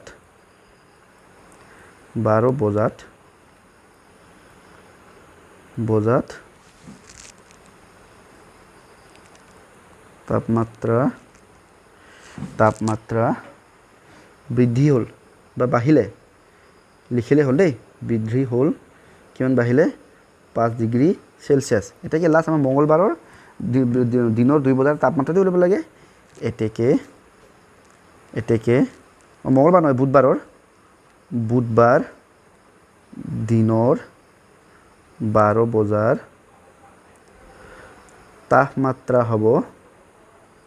তাপমাত্ৰা ইজ ইকুৱেল টু কিমান হ'ব দুটা যোগ কৰা কিমান হ'ব 35 ডিগ্ৰী সেলসিয়াস এটো হৈছে আমাৰ উত্তৰ ঠিক আছে এটা আছিল আমাৰ অসমীয়া মিডিয়ামৰ বাবে ওপৰটো আছিল আমাৰ ইংৰাজী মিডিয়ামৰ বাবে নেক্সট গৈছো কোৱেশ্চন নম্বৰ 13 13 পইচাও Anuradha has ডিপজিটেড rupees 3200 in the bank and next day she had withdrawn rupees 2540 how much money left in the account of Anuradha after the withdrawal অসমীয়াত পঢ়ো অনুৰাধাই বেংকত 3200 টকা জমা থলে আৰু পিছদিনা তাৰে 2540 টকা উলিয়াই আনিলে টকাখিনি উলিয়াই অনাৰ পাছত বেংকত অনুৰাধাৰ কিমান টকা জমা হ'ল এটা কথা ধৰি লোৱা তোমাৰ কালি বলে 10 টকা আছিল বেংকত ৰাখিলা আজি বলে 8 টকা উলিয়াই দিলা তো তোমাৰ পইচা থাকিব কিমান 2 টকা থাকিব তাৰমানে এটো কি কৰিব লাগিব বিয়োগ কৰিব লাগিব 10 বা 8 বিয়োগ কৰিলে 2 হয় ঠিক তেনেকৈ আমাৰ অনুৰাধাই পইচা ৰাখিছিলে 3200 টকা পিছদিনাখন গৈ পইচা উলিয়ালে 2540 টকা এটা থাকিব কিমান এটো উলিয়াবৰ কাৰণে আমি কি কৰিব লাগিব দুটাক আমি কি কৰিব লাগিব বিয়োগ কৰিব লাগিব হেকিনিকে আমি এতিয়া ধুনিয়াকৈ সিস্টেমত লিখিব লাগিব তো সলিউশন লিখিবা এনেকে solution Anuradha deposited money in bank অনুৰাধাই বেংকত কিমান টকা ৰাখিলে ইজ ইকুৱেল টু কিমান 302,000 rupees আকৌ অনুৰাধা উইথড্ৰল ডিপজিট মানে ভৰোৱা দে উইথড্ৰল মানে উলিওৱা পইচা ভৰোৱাটো কয় ডিপজিট পইচা উলিওৱাটো কয় withdrawal Anuradha withdraw money from bank is equal to কিমান উলিয়ালে তেওঁ 2540 rupees এটা কি রিমেইন পইচা কিমান থাকিলে হয় না নহয় তো money left in বেংকত কিমান পইচা থাকিলে is equal to বিয়োগ কৰাচোন শূন্য পৰা শূন্য গলে থাকিল শূন্য শূন্য পৰা 4 বিয়োগ নহয় 2 পৰা ধাৰ ল'ব লাগিব ধাৰ ল'লে 10 হ'ল 10 পৰা 4 গ'ল থাকিল 6 এ থাকিলে 1 1 পৰা 5 বিয়োগ নহয় গতিকে 3 পৰা ধাৰ ল'ম 3 পৰা 1 ধাৰ ল'লে 11 পৰা 11 পৰা 5 গ'ল থাকিল 6 ইয়াত 2 থাকিলে 2 পৰা 2 গ'ল থাকিল শূন্য গতিকে শূন্যটো লিখে মানে নিলিখে সংখ্যাৰ আগত শূন্য নিলিখে এটাকে কি হ'ব আমাৰ আনসাৰটো কি হ'ব এটাকে নিকিলে এটাকে therefore লিখিব therefore money left in the bank is how much 660 rupees 660 টকা বেংকত থাকি গ'ল অনুৰাধাৰ নেক্সট এটা আমি অসমীয়াটো লিখি দিছো অনুৰাধাই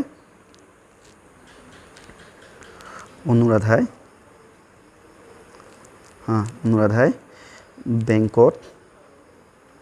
সমুখে লিখি দিছো আৰু বেংকত জমা কৰিলে কিমান 3200 টকা অনুৰাধাই বেংকৰ উলিয়ালে কিমান 2540 টকা এতিয়া তো মুঠ টকা বেংকত জমা থাকিল দুটা বিয়োগ কৰিলে কিমান হ'ব এইটো আমাৰ 660 টকা এনেকৈ লিখিল এইটো হৈছে তোমালোকৰ answer Question number 14 sum of two number is -5 if one number is 18 then what is the other number কৈছে যে দুটা সংখ্যাৰ যোগফল -5 বা -5 যদি এটা সংখ্যা 18 হয় আনটো সংখ্যা কিমান হ'ব আমাৰ উলিয়াব কৈছে মন দিয়া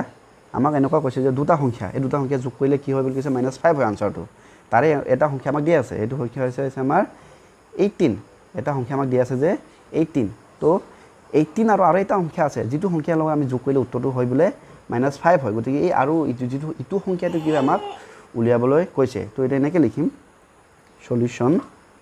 one number is কিমান কৈছে 18 এটাকে another number ইয়াৰ এটা ফৰ্মুলা আছে তোমালোকে চাবা এই সংখ্যাটো উলিয়াৰ ফৰ্মুলাটো হৈছে যেটো সংখ্যা আমাক দিয়া আছে given number এনেকৈ লিখিবা given number minus sum of number এইটো আমাৰ ফৰ্মুলা হয় তোমালোকে মনত ৰাখিবা মানে দিয়া সংখ্যাটো বিয়োগ হেতৰ মাজৰ যোগফলটো sum of numbers এইটো নাম্বাৰটো মই এখন এটো লিখি দিছো sum of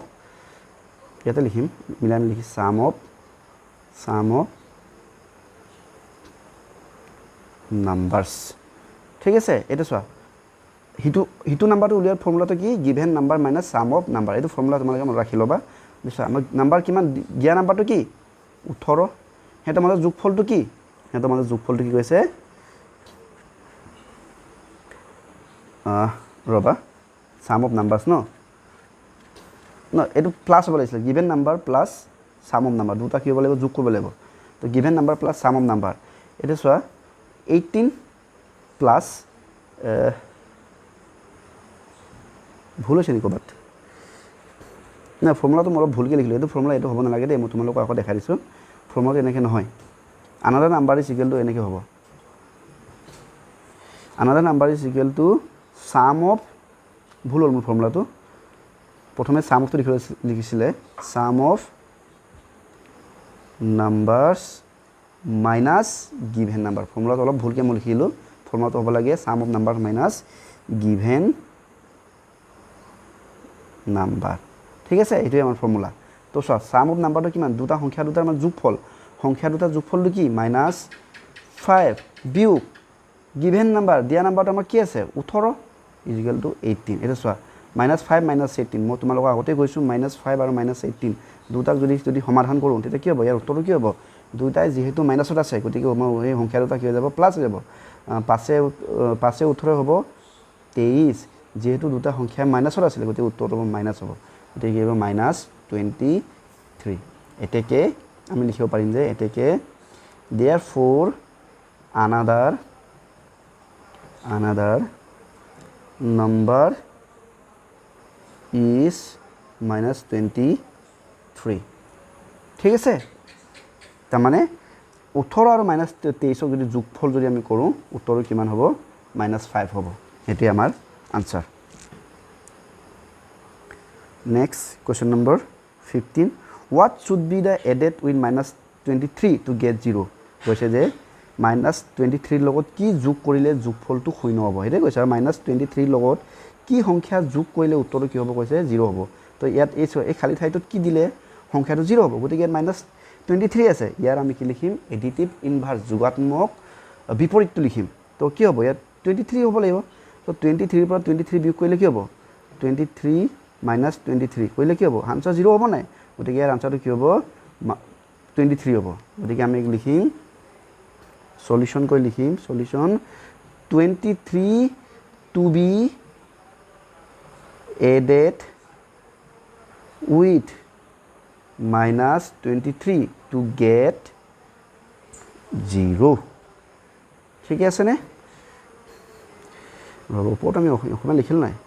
ৰবা দেই তোমালোকৰ এটা থাকি গ'ল এই ওপৰটো আমি কোয়েশ্চন নম্বৰ 14 টো আমি অসমীয়াত লিখিলো ন ইয়াতে মই লিখিম বাৰু তলত হে কৈ লৈছো থাকি গ'ল মই হেতু থাকিয়ে গুছি গ'ল যি নহওক আকৌ মই এটা লিখি দিম বাৰু এই 15টো হে কৈ লম বাৰু 15 নম্বৰটো কি লিখিল কি কৈছো মই যে 23 যোগ কৰিব লাগিব কাৰ লগত -23 ৰ লগত 23 যোগ কৰিলে উত্তৰটো কি হ'ব 0 হ'ব এটা অসমীয়া লিখিলে কি হ'ব লাগিব -23 লগত 23 যোগ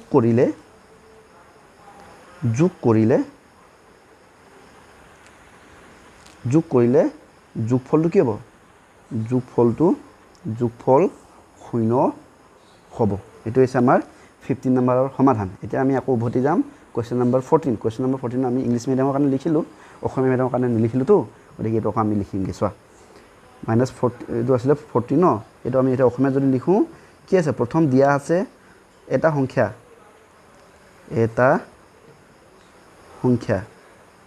কিমান দিয়া আছে ইকুয়াল টু 18 আনটো সংখ্যাৰ ফৰ্মুলাটো কি হ'ব আনটো সংখ্যাৰ ফৰ্মুলাটো কি হ'ব ইকুয়াল টু সংখ্যা দুটাৰ যোগফল মাইনাস দিয়া সংখ্যা বা এটা সংখ্যা এটা চোৱা দুটা যোগফলটো কি আছিল -5 আছিল আৰু দিয়া এটা সংখ্যা দিয়া সংখ্যাটো কি -18 ইকুয়াল টু -23 হল এতেকে লিখিবা এতেকে আনটো সংখ্যা হ'ব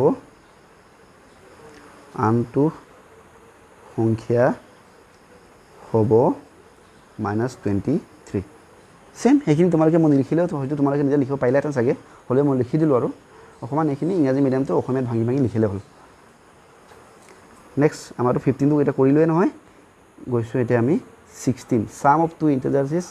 -48 এই আছে মাইনাস আকৌ কোয়েশ্চন নম্বৰ 14 নিচিনা if one number is -20 then what is the other number ঠিক একে দুটা অখণ্ড সংখ্যা যোগফল -48 তাৰে এটা কিমান -20 হলে আনটো কিমান হ'ব তো আমি সলিউশন লিখিম আমাক কি দিয়া আছে লিখিলো sum of two integers given to লিখিলো আৰু মই কি দিয়া আছে আমাক দিয়া আছে যে ইকুয়াল কিমান -48 তো 1 ইন্টিজাৰৰ মান কি আছে ইন্টিজাৰছৰ মান কিমান দিয়া আছে আমাক কিমান আছে -20 এটা কি আনাদাৰ ইন্টিজাৰছৰ ফৰ্মুলাটো কি হ'ব আনাদাৰ ইন্টিজাৰছৰ ফৰ্মুলাটো হ'ব sum of two integers minus 1 integers এটা সামসুন কৰি চাও sum of integers কিমান দিয়া আছে -48 দিছে -1 integers কি 1 integers এটা প্ৰথম এটা সংখ্যা দিয়া আছে এটো কি -20 আছে হয় না নহয় এটা কি হ'ব -48 এসে এটা মাইনাস ব্র্যাকেটটো খুলিলে মাইনাস পুরো যাব মাইনাসে +20 এটা চাবা আকৌ দেখাই দিছো -48 +20 ইয়াৰ উত্তৰ কি হ'ব এতিয়া ইয়াতে ডাঙৰ সংখ্যাটো কি 48 48 ৰ আগত কি আছে মাইনাস আছে তো মাইনাছ যিহেতু মাইনাছ 48 আগত মাইনাছ আছে গতিকে উত্তৰটো কি হ'ব মাইনাছত হ'ব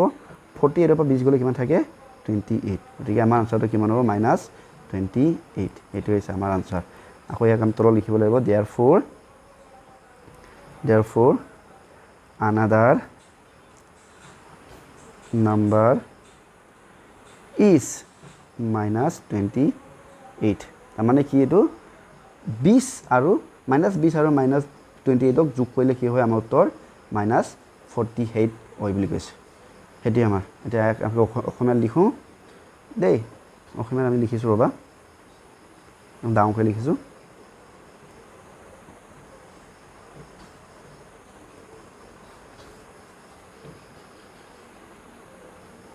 সংখ্যা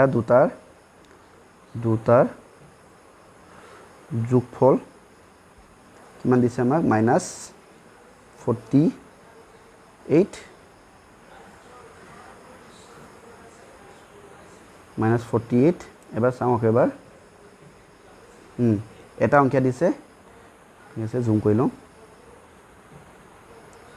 এটা সংখ্যা দিছে কিমান আমাক এটা সংখ্যা দিছে আমাক -20 হয় না এটাকে আনটো সংখ্যা কি হ'ব আমাৰ আনটো সংখ্যাৰ ফৰ্মুলাটো কি হ'ব কৈছো মই ফৰ্মুলাটো কি আমাৰ যে সংখ্যা দুটাৰ যোগফল মাইনাছ সংখ্যা দুটাৰ যোগফল মাইনাছ কি হ'ব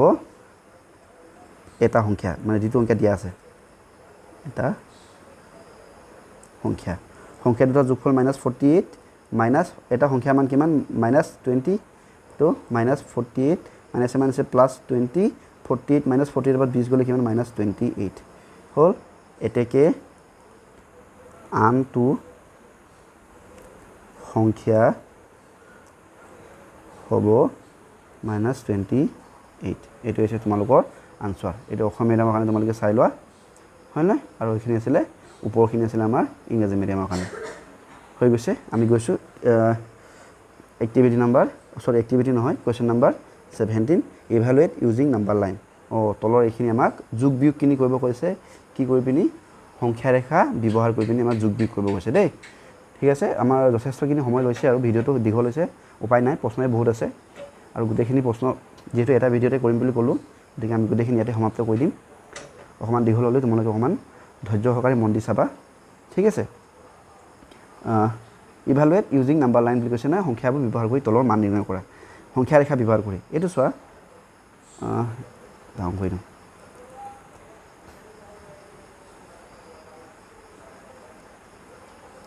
এইটো চোৱা কি আছে +5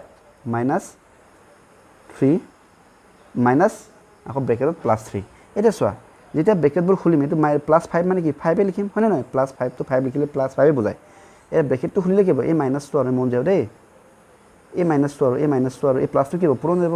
পূৰণ হ'লে কি হ'ব মাইনাছ ইনটু প্লাছ হ'লে কি উত্তৰ হয় মাইনাছ হয় গতিকে মাইনাছ ইনটু প্লাছ আমি কি লিখিম মাইনাছ ইয়াত কি হ'ব মাইনাছ সেইবিলাক কি আছে 3 আছে হয় নে নহয় এটা 5 পৰা 3 বিয়োগ কৰি দেখাব লাগে কিহত সংখ্যা ৰেখাত হয়নে প্ৰথমে আমি এইটো অকমান সমাধান কৰি ললো অকমান আমি ক্যালকুলেশন কৰি ললো মানে প্লাস মাইনাসবোৰ অটাই মিলি এটা চিনলৈ আহিলো এটা কি হ'ব লাগে 5 - 3 এটা সংখ্যা ৰেখাত কেনেকৈ দেখাম এনেকুৱাটো আমি ক্লাস 6ত পঢ়িছো তোমালোকৰ যদিহে মনত আছে হয় না নহয় এটা চাবা এইটো কি হ'ব 5 পৰা 3 বিয়োগ কৰিব লাগে গতিকে প্ৰথমে সংখ্যা ৰেখা কি হয় মাজৰ সংখ্যাটো 0 হয় এফালে 1 2 3 4 5 6 এফালে 0 পৰা এফালে গ'লে -1 -2 -3 -4 and -5 হ'ব হয় না নহয় এটা চোৱা প্ৰথমে কি হৈছে 5 সংখ্যা আছে গতিকে 5 টো কিম 0 পৰা আমি 5 লৈকে এনেকৈ এটা আছেডাল টানিম তোমালোকে পাইছা না আগতে হয় না নহয় এটা 0 পৰা 5 লৈকে টানিলো এটা যেহেতু বিয়োগ হলে তোমালোকে আগত যদি পাইছা যদি নাই পোৱা তেনে জানি থোৱা বিয়োগ হলে এইটো সংখ্যাটো পিছলৈ আহে মানে পিছলৈ উভতি আহে আৰু যোগ হলে সংখ্যাটো জাপটো আমি আগলৈ মাৰিম যেহেতু 5 পৰা 3 বিয়োগ হৈছে গতিকে আমি কি কৰিম এনেকৈ 3 জাপ আমি বেকলৈ মাৰিম এজাপ দুজাপ 3 জাপ এই 3 জাপ এনেকৈ একেলগে জাপ মাৰিলো মাৰি কত পালোগে আমি 2 পালো এতেকে 5 পৰা আমি 3 জাপ উভতি গুছি আহিলো উভতি গুছি যোৱা আহোতে আমি কত পালোগে উত্তৰটো 2 পালোগে এতেকে 5 - 3 হলে আনসাৰ কি হয় 2 হয় এটি হৈছে সমাধান বুজি পালা নিশ্চয় বুজি পাইছা বুলি ধৰি লৈছোঁ মই এতিয়া আহিছোঁ নেক্সট প্ৰশ্ন কুৱেশ্যন নম্বৰ 2 6 প্লাছ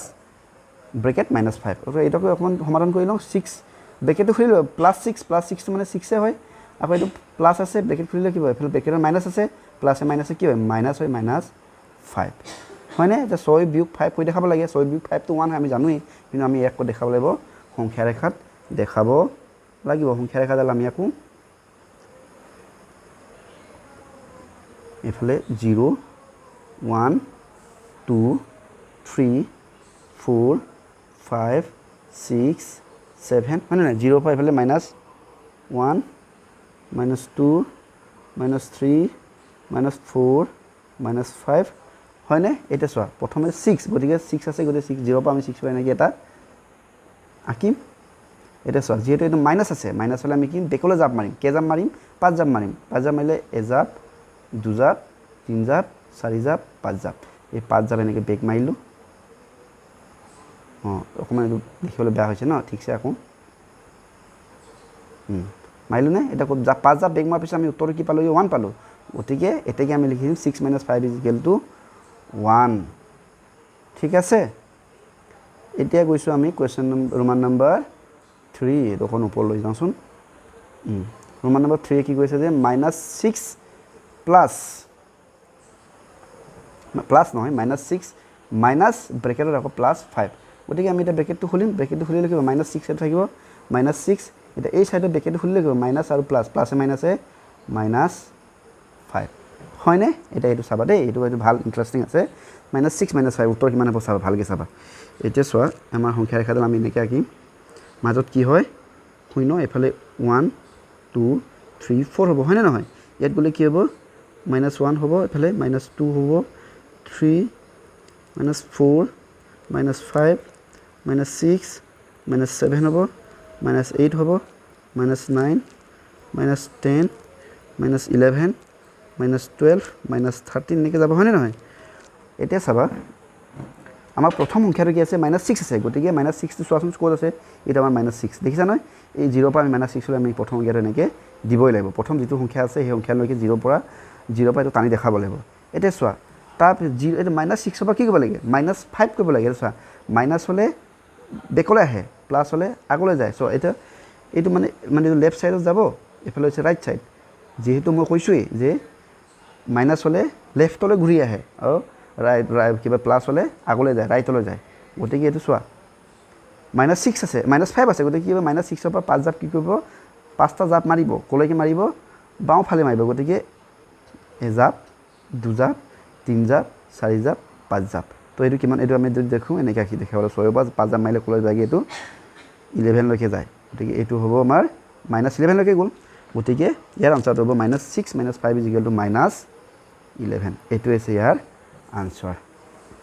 চাই ল'বা তোমালোকে ভালকৈ অকণমান ধ্যান দিলে পাৰিবা এই এনেকুৱা অংক তোমালোকে ক্লাছ 6ত কৰিছা বাৰু নেক্সট ৰোমান নম্বৰ 4 কি আছে এইটো -18 প্লাছ -3 হয়নে এতিয়া চোৱা -8 প্লাছে মাইনাছে -3 হ'ব প্লাছে মাইনাছে মাইনাছ হয়নে নহয় এতিয়া চোৱা এইটোকো এটা সংখ্যা ৰেখাত আমি বহাম আকৌ সংখ্যা ৰেখাডাল ৰাখি লওঁ এইফালে আমাৰ 0 1 2 3 4 এইফালে প্লাছৰ ইমান দৰকাৰ নাই মাইনাছৰখিনি ইমান লাগিব -1 -2 -3 -4 -5 -6 -7 -8 -9 -10 -11 এতিয়া চাবা প্ৰথমে কি আছে -8 আছে গতিকে 0 পৰা -8লৈকে আমি যাব লাগিব এইটো -8 গ'লোঁ নে গ'লোঁ এতিয়া চোৱা এতিয়া -8ৰ পৰা কি কৰিব লাগিব -3 কৰিব লাগিব গতিকে এইটো ক'ত যাব আমাৰ লেফ্ট ছাইডে ঘূৰি আহিব তো লেফ্ট ছাইডে কেইজাপ মাৰিব 3 জাপ মাৰিব তো এজাপ দুজাপ 3 জাপ মাৰিলে 0 -8ৰ পৰা 3 জাপ মাৰিলে উত্তৰ কিমান হয় -11 হয় অঁ এয়া কি হ'ল কিমান হয় -11 হয় গতিকে ইয়াৰ আনচাৰ কি হ'ব -8 -3 আনচাৰটো কিমান হ'ব -11 এইটো আমি সংখ্যা ৰেখাত এনেকৈ প্ৰকাশ কৰিলোঁ বা দেখালোঁ আৰু আছেনে আৰু নাই এতিয়া আহিছোঁ question number 18 find whether of the statements are true or false তলৰ তথ্য উক্তিসমূহ শুদ্ধ নে অশুদ্ধ আমাক বিচাৰ কৰিব কৈছে দেই এতিয়া চোৱা কুৱেশ্যন নম্বৰ 1টো চোৱা -6 plus 23 plus -2 is equal to -2 plus -6 plus 28 মন দি চাওঁ মই অকণ কৰি চাওঁ অংকটো ছাত্ৰ ছাত্ৰীসকল ইয়াতে তোমালোকে মন কৰিবা এই বস্তুটো ভুল হৈ গ'ল এইটো হ'ব লাগিছে 23 দেই লিখোঁতেতো ভুলকৈ লিখিলোঁ এইটো হ'ব লাগে 23 গতিকে এইটো হ'ব পাওঁ 23 অকণমান কেতিয়াবা লিখোঁতে ভুল হৈ যায় মই এবাৰ চেক কৰিলোঁ এইটো হ'ব লাগে 23 28 নহয় দেই এতিয়া চোৱা আমি এইটো সমাধান কৰোঁ -6 প্লাছ 23 এইটো প্লাছ মাইনাছে কিমান হয় মাইনাছ হয় -2 হ'ব এইটো লিখিছোঁ -2 এইটো প্লাছ মাইনাছে -6 হ'ব প্লাছ 23 এতিয়া চোৱা এটা ভালকৈ চাবা -6 প্লাছ 23 পৰা -6 গ'লে কিমান হ'ব থাকিব কিমান 23 পৰা 6 গ'লে কিমান থাকে 17 থাকিব গতিকে এই দুটাক আমি কৰি কিমান পালোঁ এই দুটা কৰি পাই আমি 17 পালোঁ 17 -2 ঠিক তেনেকৈ এইটো -2 -6 এই দুটা কৰিলে কিমান -2 আৰু -6 যেহেতু দুটা মাইনাছ গতিকে এইটো -8 হৈ যাব আনচাৰ তো এই দুটা উত্তৰ লিখি -8 প্লাছ 23 হয়নে এতিয়া চোৱা 17 পৰা 2 গ'লে কিমান থাকে 17 পৰা 2 গ'লে থাকে আমাৰ 15 ইজ ইকুৱেল টু 23 পৰা 8 গ'লে কিমান থাকে 23 পৰা 8 গ'লে থাকে 15 এতিয়া চোৱা দুইফালে সমান হৈ গ'ল নাই তাৰমানে left hand side is equal to right hand side এতিয়া কি আমাৰ উক্তিটো কি হ'ব সঁচা তো আমি লিখিম ট্ৰু আমি লিখিম ট্ৰু তোমালোকে অসমীয়া লিখিবা সত্য বা শুদ্ধ কি লিখিছে অসমীয়াত কেনেকৈ দিছে শুদ্ধ বুলি দিছে ন গতিকে সত্য জেগাত তোমালোকে লিখিবা শুদ্ধ বুলি লিখিবা শুদ্ধ বুলি লিখি দিবা ঠিক আছেনে এনেকৈ অংকটো কৰি দেখালে ভাল হয় বেছি এনে নম্বৰটো পূৰা পাই যাবা তোমালোকে নেক্সট ৰোমান নম্বৰ 2 চাওঁ ৰোমান নম্বৰ 2তে এইটো কি দিছে এইটো সমাধান কৰি দেখাব লাগিব 16 - 15 ব্ৰেকেট দিছে plus -7 is equal to 16 minus আকৌ ব্ৰেকেট দিছে 15 প্লাছ -7 ব্ৰেকেট ক্ল'জ ন মাজে বন্ধনী দিছে এতিয়া চোৱা প্ৰথমে আমি সদায় জানো ব্ৰেকেটৰখিনি আগত কৰিব লাগে 16 পৰা 15 বিয়োগ কৰিলে কিমান থাকে 16 পৰা 15 বিয়োগ কৰিলে 1 থাকে প্লাছ এইটো চোৱা এইটো প্লাছ আৰু মাইনাছ প্লাছে মাইনাছে কি হ'ব প্লাছে মাইনাছে হ'ব -7 হৈ যাব আকৌ এইফালে চোৱা 16 মাইনাছ এই ব্ৰেকেটৰ ভিতৰখিনি কৰোঁচোন 15 ইয়াত প্লাছ আছে মাইনাছ আছে প্লাছে মাইনাছে -7 হৈ যাব ব্ৰেকেট ক্ল'জ হয়নে নহয় এইটো চোৱা -7 1 -7 আৰু 1 মানে +1 7 ডাঙৰ 7ৰ আগত মাইনাছ আছে উত্তৰ হ'ব মাইনাছ হ'ব -6 হ'ব হয়নে নহয় এতিয়া ইয়াৰ উত্তৰ হ'ব -6 ইজ ইকুৱেল টু 16 মাইনাছ এইটো চোৱা 15 পৰা 7 গ'লে কিমান থাকে 15 7 গ'ল থাকিল 8 হয়নে এইফালে চোৱা এইখিনি লিখিব নাই লেটাৰ দেখিছে ন এতিয়া চোৱা -6 16 পৰা 8 গ'লে কিমান থাকে 16 পৰা 7 গ'লে থাকিল 6 এইটো হৈছে -6 এইটো হৈছে 6 দুটা সমান হয় জানো সমান নহয় গতিকে left hand side is not equal two right hand side গতিকে আমাৰ উক্তিটো কি হ'ব সমান নহ'ল নহয় গতিকে আমি লিখিম ফল্ছ লিখিম ইংৰাজীত তোমালোকে লিখিবা অশুদ্ধ ঠিক আছে নেক্সট গৈছোঁ question number 3 natural numbers are closed under subtraction closure property সেইবোৰ তোমালোকৰ মনত আছে না আবদ্ধ বিধি বিতৰণ বিধি সহযোগ বিধি তাৰমানে ক্ল'জ প্ৰপাৰ্টি তেনেকুৱা হৈছে মানে স্বাভাৱিক সংখ্যাসমূহ বিয়োগত আবদ্ধ এনেকুৱা স্বাভাৱিক সংখ্যা তোমালোকে যদি বিয়োগ কৰা যিকোনো দুটা স্বাভাৱিক সংখ্যা ধৰি লওক 5 বিয়োগ 2 তো 5ও এটা স্বাভাৱিক সংখ্যা 2 এটা স্বাভাৱিক সংখ্যা দুটাকে বিয়োগ কৰিলে উত্তৰটো কি হ'ব কৈছে যিটো উত্তৰ হ'ব এইটো বোলে স্বাভাৱিকেই হয় বুলি কৈছে এতিয়া চোৱা 5 বিয়োগ 2 কৰিলে কি হ'ব 3 এটা কি হয় স্বাভাৱিক হয় কিন্তু ইয়াতে মানিছে আৰু মই যদি বেলেগ যদি উদাহৰণ যদি লওঁ 7টো কি হয় 7টো এটা স্বাভাৱিক সংখ্যা বিয়োগ মই যদি 9 যদি কৰোঁ চাবা দেই 7ও এটা নেচাৰেল নাম্বাৰ স্বাভাৱিক সংখ্যা 9ও এটা স্বাভাৱিক সংখ্যা নেচাৰেল নাম্বাৰ 7ৰ পৰা যেতিয়া মই 9 যদি বিয়োগ কৰোঁ ইয়াৰ আনচাৰটো কিমান হ'ব তোমালোকে জানানে চোৱা 7 - 9 7টো আগত একো নাই মানে প্লাছ এতিয়া চোৱা এটা প্লাছ এটা মাইনাছ আৰু এটা যিটো মাইনাছৰ সংখ্যাটো যদি ডাঙৰ যদি হয় 9টো 7তকৈ আমি ডাঙৰ বুলি আমি জানো হয়নে নাই 9 সংখ্যাটো 7তকৈ ডাঙৰ হয় আৰু 9ৰ আগত মাইনাছ আছে গতিকে ইয়াৰ আনচাৰটো কি হ'ব মাইনাছত আহিব 9 পৰা 7 বিয়োগ কৰিলে 2 ইয়াৰ আনচাৰ কি হ'ব -2 এতিয়া আমি যিটো উত্তৰ পালোঁ এই উত্তৰটো স্বাভাৱিক হয় জানো স্বাভাৱিক সংখ্যাটো মাইনাছ নাম্বাৰ নহয় হয়নে নহয় স্বাভাৱিক সংখ্যাবোৰ আৰু কেতিয়াও মাইনাছ নহয় নেগেটিভত নাথাকে এতেকে আমি কি ক'ব লাগিব যে স্বাভাৱিক সংখ্যাসমূহ বিয়োগত আবদ্ধ নহয় কিছু জেগাত হয় কিন্তু কিছু জেগাত আবদ্ধ নহয় সেইকাৰণে চোৱা আবদ্ধ হ'লে চবতে হ'বই লাগিব যদি এটা বস্তু নামানে তেন্তে আবদ্ধ নহ'ব বুজি পাইছা প্ৰপাৰ্টিজবোৰ তোমালোকে অলপ আগত পাইছা বাৰু দৰকাৰ হ'লে পিছত ধুনীয়াকৈ কৈ দিম প্ৰপাৰ্টিবোৰ ঠিক আছে এতিয়া আমি লিখিব লাগিব ৰবা এতিয়া কি হ'ব ইয়াৰ আনসাৰটো হ'ব অশুদ্ধ ইয়াক আমি লিখিম অশুদ্ধ আনসাৰ ফলছ আকৌ লিখিম অসমীয়া লিখিলে অশুদ্ধ next Roman number 4 one of two number is 0 and minus 670 670 বুলি কৈছে আকৌ কৈছে যে 600 minus 670 is greater হে চোৱা মই তোমাক প্ৰথমতে বুজাইছিলো যে 0 আৰু মাইনাস দুটা সংখ্যা দিছে এটা দিছে 0 এটা হৈছে বোলে minus 670 আকৌ কৈছে বোলে এই সংখ্যাটো বোলে ডাঙৰ বুলি কৈছে হৈ জানো মই তেতিয়াই কৈছো 0 সংখ্যাটো প্ৰতিটো নেগেটিভ ইন্টিজাৰ্স প্ৰতিটো ঋণাত্মক সংখ্যাবোৰতকৈ ডাঙৰ হয় এসা এইটো ডাঙৰ নহয় ডাঙৰ কি হ'ব ইয়াতকৈ ডাঙৰ হ'ব 0 হে ডাঙৰ হ'ব 0 হে ডাঙৰ হ'ব এই কি হ'ব সৰু হ'ব 670 কি হ'ব 0 তকৈ সৰু হ'ব কিয় সৰু কাৰণ 670 টো এটা নেগেটিভ নাম্বাৰছ হয় নেগেটিভ নাম্বাৰছবোৰ সদায় 0 তকৈ সৰু হয় কিন্তু আমাৰ উক্তিটোৱে কি কৈছে যে 670 টো ডাঙৰ বুলি কৈছে কিন্তু ডাঙৰটো নহয় সৰুৱে হ'ব লাগিছিল গতিকে উক্তিটো ভুল হৈছে বা অশুদ্ধ হৈছে গতিকে আমি লিখিম এই উত্তৰ আনসাৰ আমি কি লিখিম ইয়াৰ আনসাৰটো লিখিম ফলছ অসমীয়া লিখিম অশুদ্ধ হৈ গ'ল last question number 5 Roman number 5 কৈছে যে with respect to the subtraction of integer commutative property and associative property do not hold বিয়োগত ক্ৰম বিনিময় আৰু সহযোগ ধৰ্ম প্ৰযোজ্য নহয় বুলি কৈছে এই উক্তিটো সত্য হয় তোমালোকে হয়তো ক্লাস 6 ত পাইছা যে তোমালোকে এটা মনত ৰাখিবা যে associative property associative আৰু associative to অসমীয়াত কয় সহযোগ আৰু কমিউটেটিভ ক্ৰম বিনিময় এই দুটাতে বিয়োগটো নামানে হেঁতে যোগটোহে হেঁতে তাতে বিধিটো মানে মানি চলে গতিকে তোমালোকে এইটো আনসাৰ এনেকৈ লিখি থোৱা আৰু